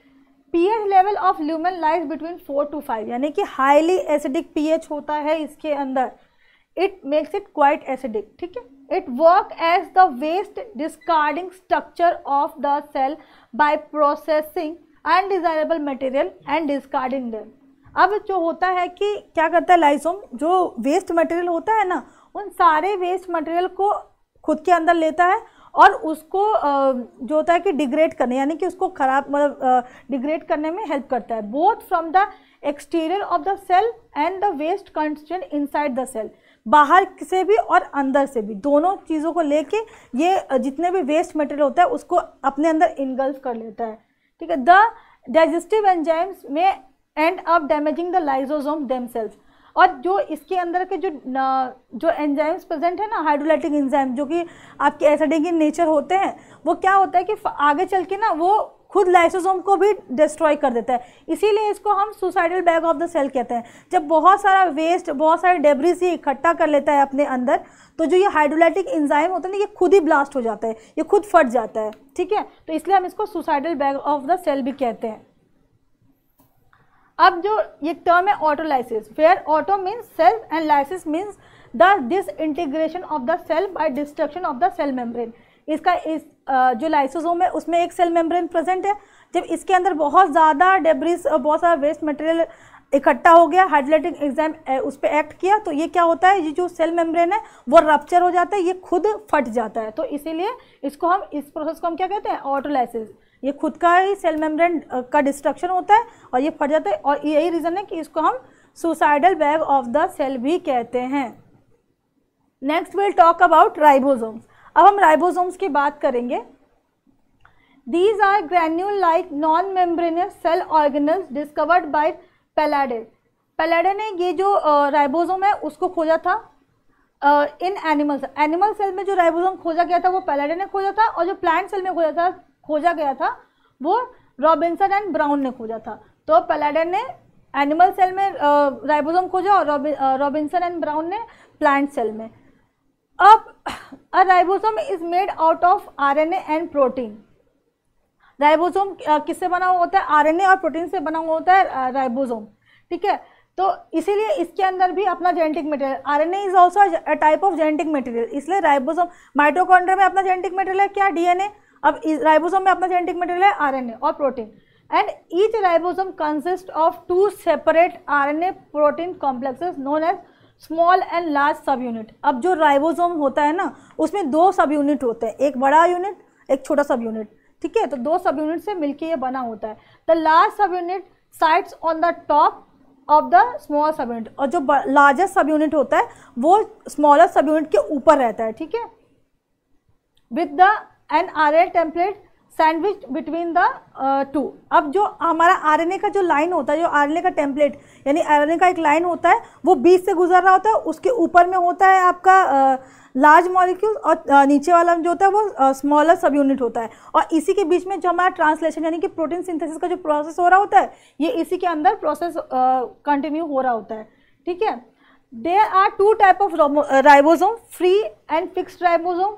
known as the membrane bound. They are identical in structure but differ in location within the cell. ठीक है, जो free fixed ribosomes होते हैं वो दिखने में सेम होते हैं बट उनका लोकेशन अलग होता है. Free ribosome located in the cytosol and are able to move throughout the cell, whereas the fixed ribosomes are attached to the rough endoplasmic reticulum. जैसे कि हमने आपको बताया था कि एंडोप्लाज्मिक रेटिकुलम पे कुछ राइबोसोम्स चिपके हुए होते हैं, वो राइबोसोम होते हैं फिक्स्ड राइबोसोम, और जो फ्री राइबोसोम होते हैं वो पूरे साइटोसोल यानी कि साइटोप्लाज्म या प्रोटोप्लाज्म जो आप कह सकते हैं उसमें वो फ्रीली मूव कर रहे होते हैं, और बाकी फिक्स्ड वाले वो एंडोप्लाज्मिक रेटिकुलम पे चिपके हुए होते हैं प्रोटीन सिंथेसिस का काम करने के लिए. Eukaryotic ribosomes are ATS ribosome, whereas prokaryotic ribosome prokaryotic such as bacteria have smaller version that is 70S ribosome. अब राइबोसोम दो टाइप के हैं, ATS और 70S. अब ये ATS और 70S कैसे बनता है, ये जो दो यूनिट्स आपको बताया ना, स्मॉल सब यूनिट और लार्ज सब यूनिट, यही इनका डिफरेंट 50-30 एंड 40-30 ऐसा रेशो मिलके 50 ATS और 70S राइबोसोम बनाता है. जो हमारा यूकैरियोटिक सेल है उसके अंदर आपको ATS राइबोसोम मिल जाएगा, और जो प्रोकैरियोटिक है उस पर आपको 70S राइबोसोम्स मिलेंगे. ठीक है, तो अब ये देखिए राइबोसोम का फंक्शन. ठीक है, ribosome help in producing new protein by the translation process. जैसे मैंने आपको बताया था कि ये ट्रांसलेशन से प्रोटीन बनाता है. ठीक है, it is a site of protein synthesis in the plant. अब ये देखिए, ये छोटा सब यूनिट हो गया, ये बड़ा सब यूनिट हो गया. अब ये रहा हमारा मैसेंजर RNA. ठीक है, इसमें कोडोन लगा है, AGTA जो हमारा कोडोन होता है. ठीक है, एडेनोसिन, गुआनिन, थायमिन, साइटोसिन, ये जो होता है ना AGTA, ये सारे ऐसे अलाइन रहते हैं. ठीक है, और अंदर जाके ही ये एक छोटा सा यूनिट, ये बड़ा सा यूनिट एक सैंडविच लाइक स्ट्रक्चर फॉर्म कर दिया है ना, और इसी के अंदर हमारा ट्रांसलेशन हो रहा होता है और बाहर निकल जाता है हमारा प्रोटीन. ठीक है, जब अमाइनो एसिड बाहर निकलते हैं उसी अमाइनो एसिड से फिर प्रोटीन का फॉर्मेशन हो जाता है. अगला है हमारा वैक्यूल्स. वैक्यूल्स के बारे में अगर हम बात करते हैं तो जो वैक्यूल होता है वो मैंने आपको बताया कि प्लांट सेल बड़ा क्यों होता है, क्योंकि उसके पास एक बहुत बड़ा वैक्यूल है. ठीक है, it is a space within the cell that is left in cytoplasm lined with a membrane filled with fluid. यानी कि एक फ्लूइड से भरा हुआ मेम्ब्रेनियस स्ट्रक्चर जो कि आपके साइटोप्लाज्म में प्रेजेंट है, उसको क्या कहते हैं, उसको कहते हैं vacuole. The vacuole in the plant cells are larger than those of animal cell, as I have told you earlier. It is bound by a single membrane called tonoplast. अब जो vacuole का सेल मेम्ब्रेन होता है उसको हम क्या कहते हैं, उसको कहते हैं हम tonoplast. The plant cell has larger vacuoles because they require more water, organic and inorganic component for proper functioning of the cell. अब प्लांट में भाई ज़्यादा पानी की आवश्यकता है, ज़्यादा फ्लूइड्स की ज़रूरत है, ज़्यादा इनऑर्गेनिक ऑर्गेनिक मटेरियल की ज़रूरत है, तो इसलिए उसका वैक्यूल बड़ा है और एनिमल का छोटा है. ठीक है, vacuole store nutrients and water on which a cell can rely for their survival. यानी कि वैक्यूल के अंदर वो सारे न्यूट्रिएंट्स प्रेजेंट होता है जिसके भरोसे एक सेल जिंदा रह सकता है. ठीक है, they also store the waste from the cell and prevent the cell from contamination. और ऐसा नहीं कि वो उसके अंदर कुछ इंपॉर्टेंट चीज़ें तो ख़राब चीज़ें नहीं, वो कुछ बेकार चीज़ों को भी अपने अंदर ले लेता ताकि हमारा जो सेल है वो कॉन्टेमिनेट ना हो, यानी दूषित ना हो, हमारा सेल का जो प्रोटोप्लाज्म है वो दूषित ना हो, इसलिए कुछ वेस्ट मटेरियल भी उसके अंदर प्रेजेंट होते हैं. अब अगला हम बात करेंगे माइक्रोबॉडीज़ के बारे में. ये तो बड़े बड़े सेल ऑर्गेनल्स हमने डिस्कस कर लिए. अब छोटे छोटे सेल ऑर्गेनल्स के बारे में भी हम बात करेंगे. तो जैसे कि उसको हम माइक्रोबॉडीज़ कहते हैं. These are the small cell organelles bound in single membrane which absorbs oxygen and takes part in oxidation. अब जो हमारे साइटोप्लाज्म में कुछ छोटे छोटे सिंगल मेम्ब्रेन स्ट्रक्चर हैं जो प्रेजेंट होते हैं, जो कि हेल्प करते हैं किसमें, ऑक्सीडेशन में. ठीक है, तो पहले दो टाइप का, एक पैरोक्सिसोम्स और दूसरा ग्लाइकोक्सिसोम्स. दो टाइप के माइक्रोबॉडीज हमारे सेल में प्रेजेंट होते हैं.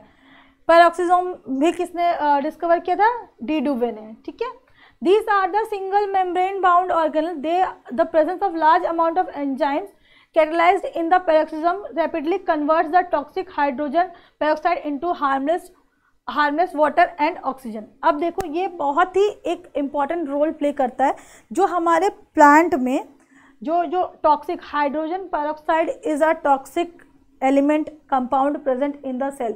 अब क्या करता है कि जो ये पेरोक्सिसोम है ना वह एक्टिवेट हो जाता है और एक्टिवेट होके क्या करता है, एक्टिवेट होके जो हमारा हाइड्रोजन पेरोक्साइड है ना उसको पानी और ऑक्सीजन में कन्वर्ट कर देता है। तो क्या वो एक हार्मफुल सब्सटेंस को यूजफुल सब्सटेंस में कन्वर्ट करने का काम कौन कर रहा है, पेरोक्सिसोम। अब ग्लाइकोक्सिसोम क्या करता है, बीवर ने इसको डिस्कवर किया था इन एंडोस्पर्म ऑफ जर्मिनेटिंग सीड। जब हमारा सीड जर्मिनेट करता है, अंकुरित हो रहा होता है ना, तो उसके जो एंडोस्पर्म होता है उसमें आपको ग्लाइकोक्सिसोम्स प्रेजेंट होंगे। They are found in the fat rich plant cell and they are involved with the fat metabolism in glyoxylate cycle. जो ग्लाइकोक्सिलेट साइकिल होती है उसमें जो हमारा फैट का मेटाबॉलिज्म यानी कि फैट कैसे काम कर रहा है या फैट का क्या रोल है, फंक्शनिंग है, उसमें हमारा जो होता है ग्लाइकोक्सिसोम हेल्प करता है। अब हम बात करते हैं सेंट्रोसोम्स के बारे में, ठीक है। This is the cell organelle contain 2 cylindrical structure that are called centrioles. जो हमारा 2 सेंट्रियोल होता है, ठीक है, वो 2 सेंट्रियोल परपेंडिकुलरली अलाइंड होता है। परपेंडिकुलर यानी कि 90 डिग्री के एंगल पे अलाइंड होता है, ठीक है, और इसी को हम क्या कहते हैं, सेंट्रोसोम कहते हैं, ठीक है। एक ये सेंट्रियोल होगा, ये सेंट्रियोल होगा। Both lies in perpendicular to each other evenly spaced peripheral fibrils of the tubulin protein, ठीक है। अब सेंट्रोसोम का फंक्शन बता देते हैं, ठीक है। ये 2 आपका सेंट्रो में आगे जो इसका पिक्चर है उससे देख के आपको समझ में आएगा, ठीक है। तो इसका फंक्शन पहले देख लीजिए। तो सेंट्रोसोम क्या है ना कि ये सेल डिवीजन में हेल्प करता है, ठीक है। जो आपका सेंट्रोसोम है ये तो प्रेजेंट होता है आपका साइटोप्लाज्म में ही, लेकिन ये आप जब सेल डिवीजन हो रहा होता है उसमें आपकी हेल्प करता है, ठीक है। They maintain the chromosome number during the cell division. अब जो हमारा क्रोमोसोम नंबर है कुछ 2n 3n diploid triploid haploid, ये जो स्ट्रक्चर हमारा बन रहा होता है प्लांट, उसमें जो हमारा क्रोमोसोम नंबर का जो डिवीजन होता है उसमें कौन हेल्प करता है, यही सेंट्रोसोम से हेल्प कर रहे होते हैं। They regulate the movement of microtubules and the cytoskeletal structures thereby facilitating changes in the space of the membrane of the animal cell। अब जो हमारा माइक्रोट्यूब्यूल्स है, साइटोस्केलेटन है, उसका जो स्ट्रक्चर है, ठीक है, उसके मूवमेंट में भी ये हेल्प करता है। इन mitosis it helps in organizing the microtubule ensuring that the centrosomes are distributed in each daughter cell। अच्छा, अब एक सेल है हमारा, ठीक है, ये आगे चल के 2 डॉटर सेल में यानी कि 2 डॉटर सेल में डिवाइड हो रहा है, ठीक है। अब ये 2 डॉटर सेल में डिवाइड हो तो ये जो सेंट्रोसोम है ना, ये ही आपको क्या बोलते हैं, ये आपको हेल्प करता है ताकि कि आपका जो भी माइक्रोट्यूब्यूल्स है या फिर जो भी आपका जो जेनेटिक मटेरियल है वो दोनों डॉटर सेल में इक्वली डिस्ट्रीब्यूट हो जाए, ठीक। तो ये देखिए, ये आपका स्ट्रक्चर है। जब आप यहाँ पे देखिए, ये 90 डिग्री के एंगल पे अलाइन करता है। देखिए 90 डिग्री के एंगल पे ये अलाइन किया हुआ रहता है, ठीक है। ये मदर सेंट्रियोल है और ये डॉटर सेंट्रियोल है, ठीक है। और यहाँ पे माइक्रोट्यूब्यूल्स, इसमें ये सब माइक्रोट्यूब्यूल्स लगे हुए हैं, ये सब उसको हेल्प कर रहे होते हैं ताकि आगे चल के जब आपका डॉटर सेल बने तो उसमें आपका इक्वली जेनेटिक मटेरियल आपका पास ऑन हो। अगला क्या है, अगला हमारा है सीलिया और फ्लैजिला, ठीक है। Cilia and flagella are conserved motile and sensory cell organelles involved in signal transduction and human diseases, ठीक है। तो सीलिया और फ्लैजिला क्या होता है, ये जो हमारा सेल होता है ना उसके ऊपर एक मोटाइल स्ट्रक्चर यानी जो मूवमेंट के लिए ज़रूरी है वो एक स्ट्रक्चर प्रेजेंट होता है। Their scaffold consist of 9-fold array of remarkably stable doublet microtubule DMTs along which motor proteins transmit force for the ciliary motility and intraflagellar transport। तो क्या होता है, जो हमारा जो सीलिया और फ्लैजिला होता है ना, वो क्या करता है कि आपका जो एक सेंसरी फंक्शन होता है इसका, इससे कि जब भी हमारा एक सेल को मूवमेंट की ज़रूरत है, for any movement any motility, this सीलिया and flagella आपको हेल्प करता है, ठीक है। और इंटर फ्लैजिलर ट्रांसपोर्ट ऑल्सो, यानी एक फ्लैजिला से दूसरे फ्लैजिला में अगर आपको कुछ भी ट्रांसफर करना है, वो इन्फॉर्मेशन हो सकता है या कोई कंपोनेंट हो सकता है, कंपाउंड हो सकता है, उसके ट्रांसपोर्टेशन के लिए भी ये हेल्प करता है। अब माइक्रोट्यूब्यूल्स क्या होता है? Microtubules are the polymers of tubulin that forms the part of cytoskeleton and provide the structure and shape to the eukaryotic cell। अब जो माइक्रो ट्यूब्यूल्स होते हैं ना, वो ट्यूबुलिन के पॉलीमर्स होते हैं। बहुत सारे ट्यूबुलिन जो होते हैं वो मिल के आपका माइक्रो ट्यूब्यूल्स को फॉर्म करता है, और ये प्रोवाइड करता है कि यूकैरियोटिक सेल को प्रॉपर स्ट्रक्चर, ठीक है। The role of microtubule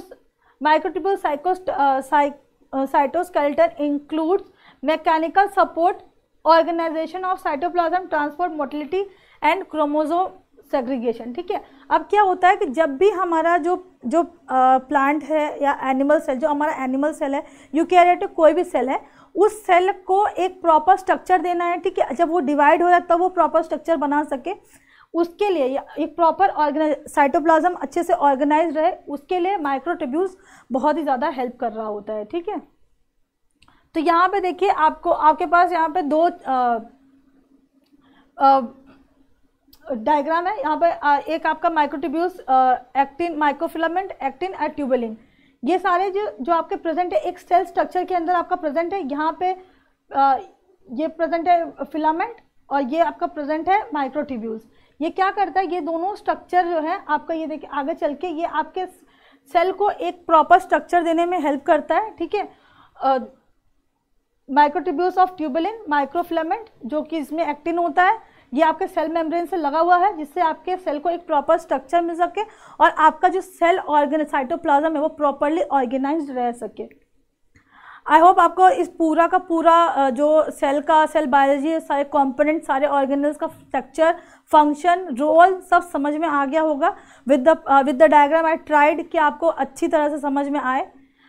so next, अगर आप FCI AG3 यानी मैनेजर पोस्ट और AG2 और AG3 दोनों पोस्ट के लिए आपने अप्लाई किया हुआ है, तो हम आपके लिए लेके आए हैं एक कॉम्बो पैक जिसकी फ़ीस है ओनली 2400 रुपीज़, यानी 2400 रुपये में आपको एक कंबाइंड कोर्स प्रोवाइड किया जा रहा है, जिसमें आप मैनेजर पोस्ट के लिए और AG3 पोस्ट दोनों के लिए प्रिपेयर कर सकते हैं, जिसमें आपको प्रोवाइड किया जाएगा study material for both the post, question banks, full and test series, YouTube classes and उसके notes, old question paper and also the interview guidance. आपको इंटरव्यू गाइडेंस भी दिया जाएगा इस कोर्स के अंदर। तो इस कोर्स को में इनरोल करने का जो लिंक है वो आपको डिस्क्रिप्शन बॉक्स में अवेलेबल है। So please do enrol in this course ताकि आप अपना जो जॉब है वो इंश्योर कर सके। We are providing you the best content जो कि आपको आपके एग्ज़ाम की प्रिपरेशन में हेल्प करेगा। रेस्ट, अगर आपको इसके अलावा कोई और डाउट होता है so you can contact us on this number. Thank you for watching Agriculture and GK. Hope you like this. अगर आपको ये पसंद आया है तो please do subscribe, like and also share. इसको शेयर कीजिए अपने फ्रेंड्स के साथ जो कि आपके साथ ही FCI की प्रिपरेशन कर रहे हैं, जिनके लिए ये हेल्पफुल हो, उनको शेयर करें। अगर आपको कोई डाउट हो या कुछ कोई भी आपके मन में कुछ हो तो उसके बारे में आप कमेंट भी कर सकते हैं। So please do like, share and subscribe and hope you have a good day. Thank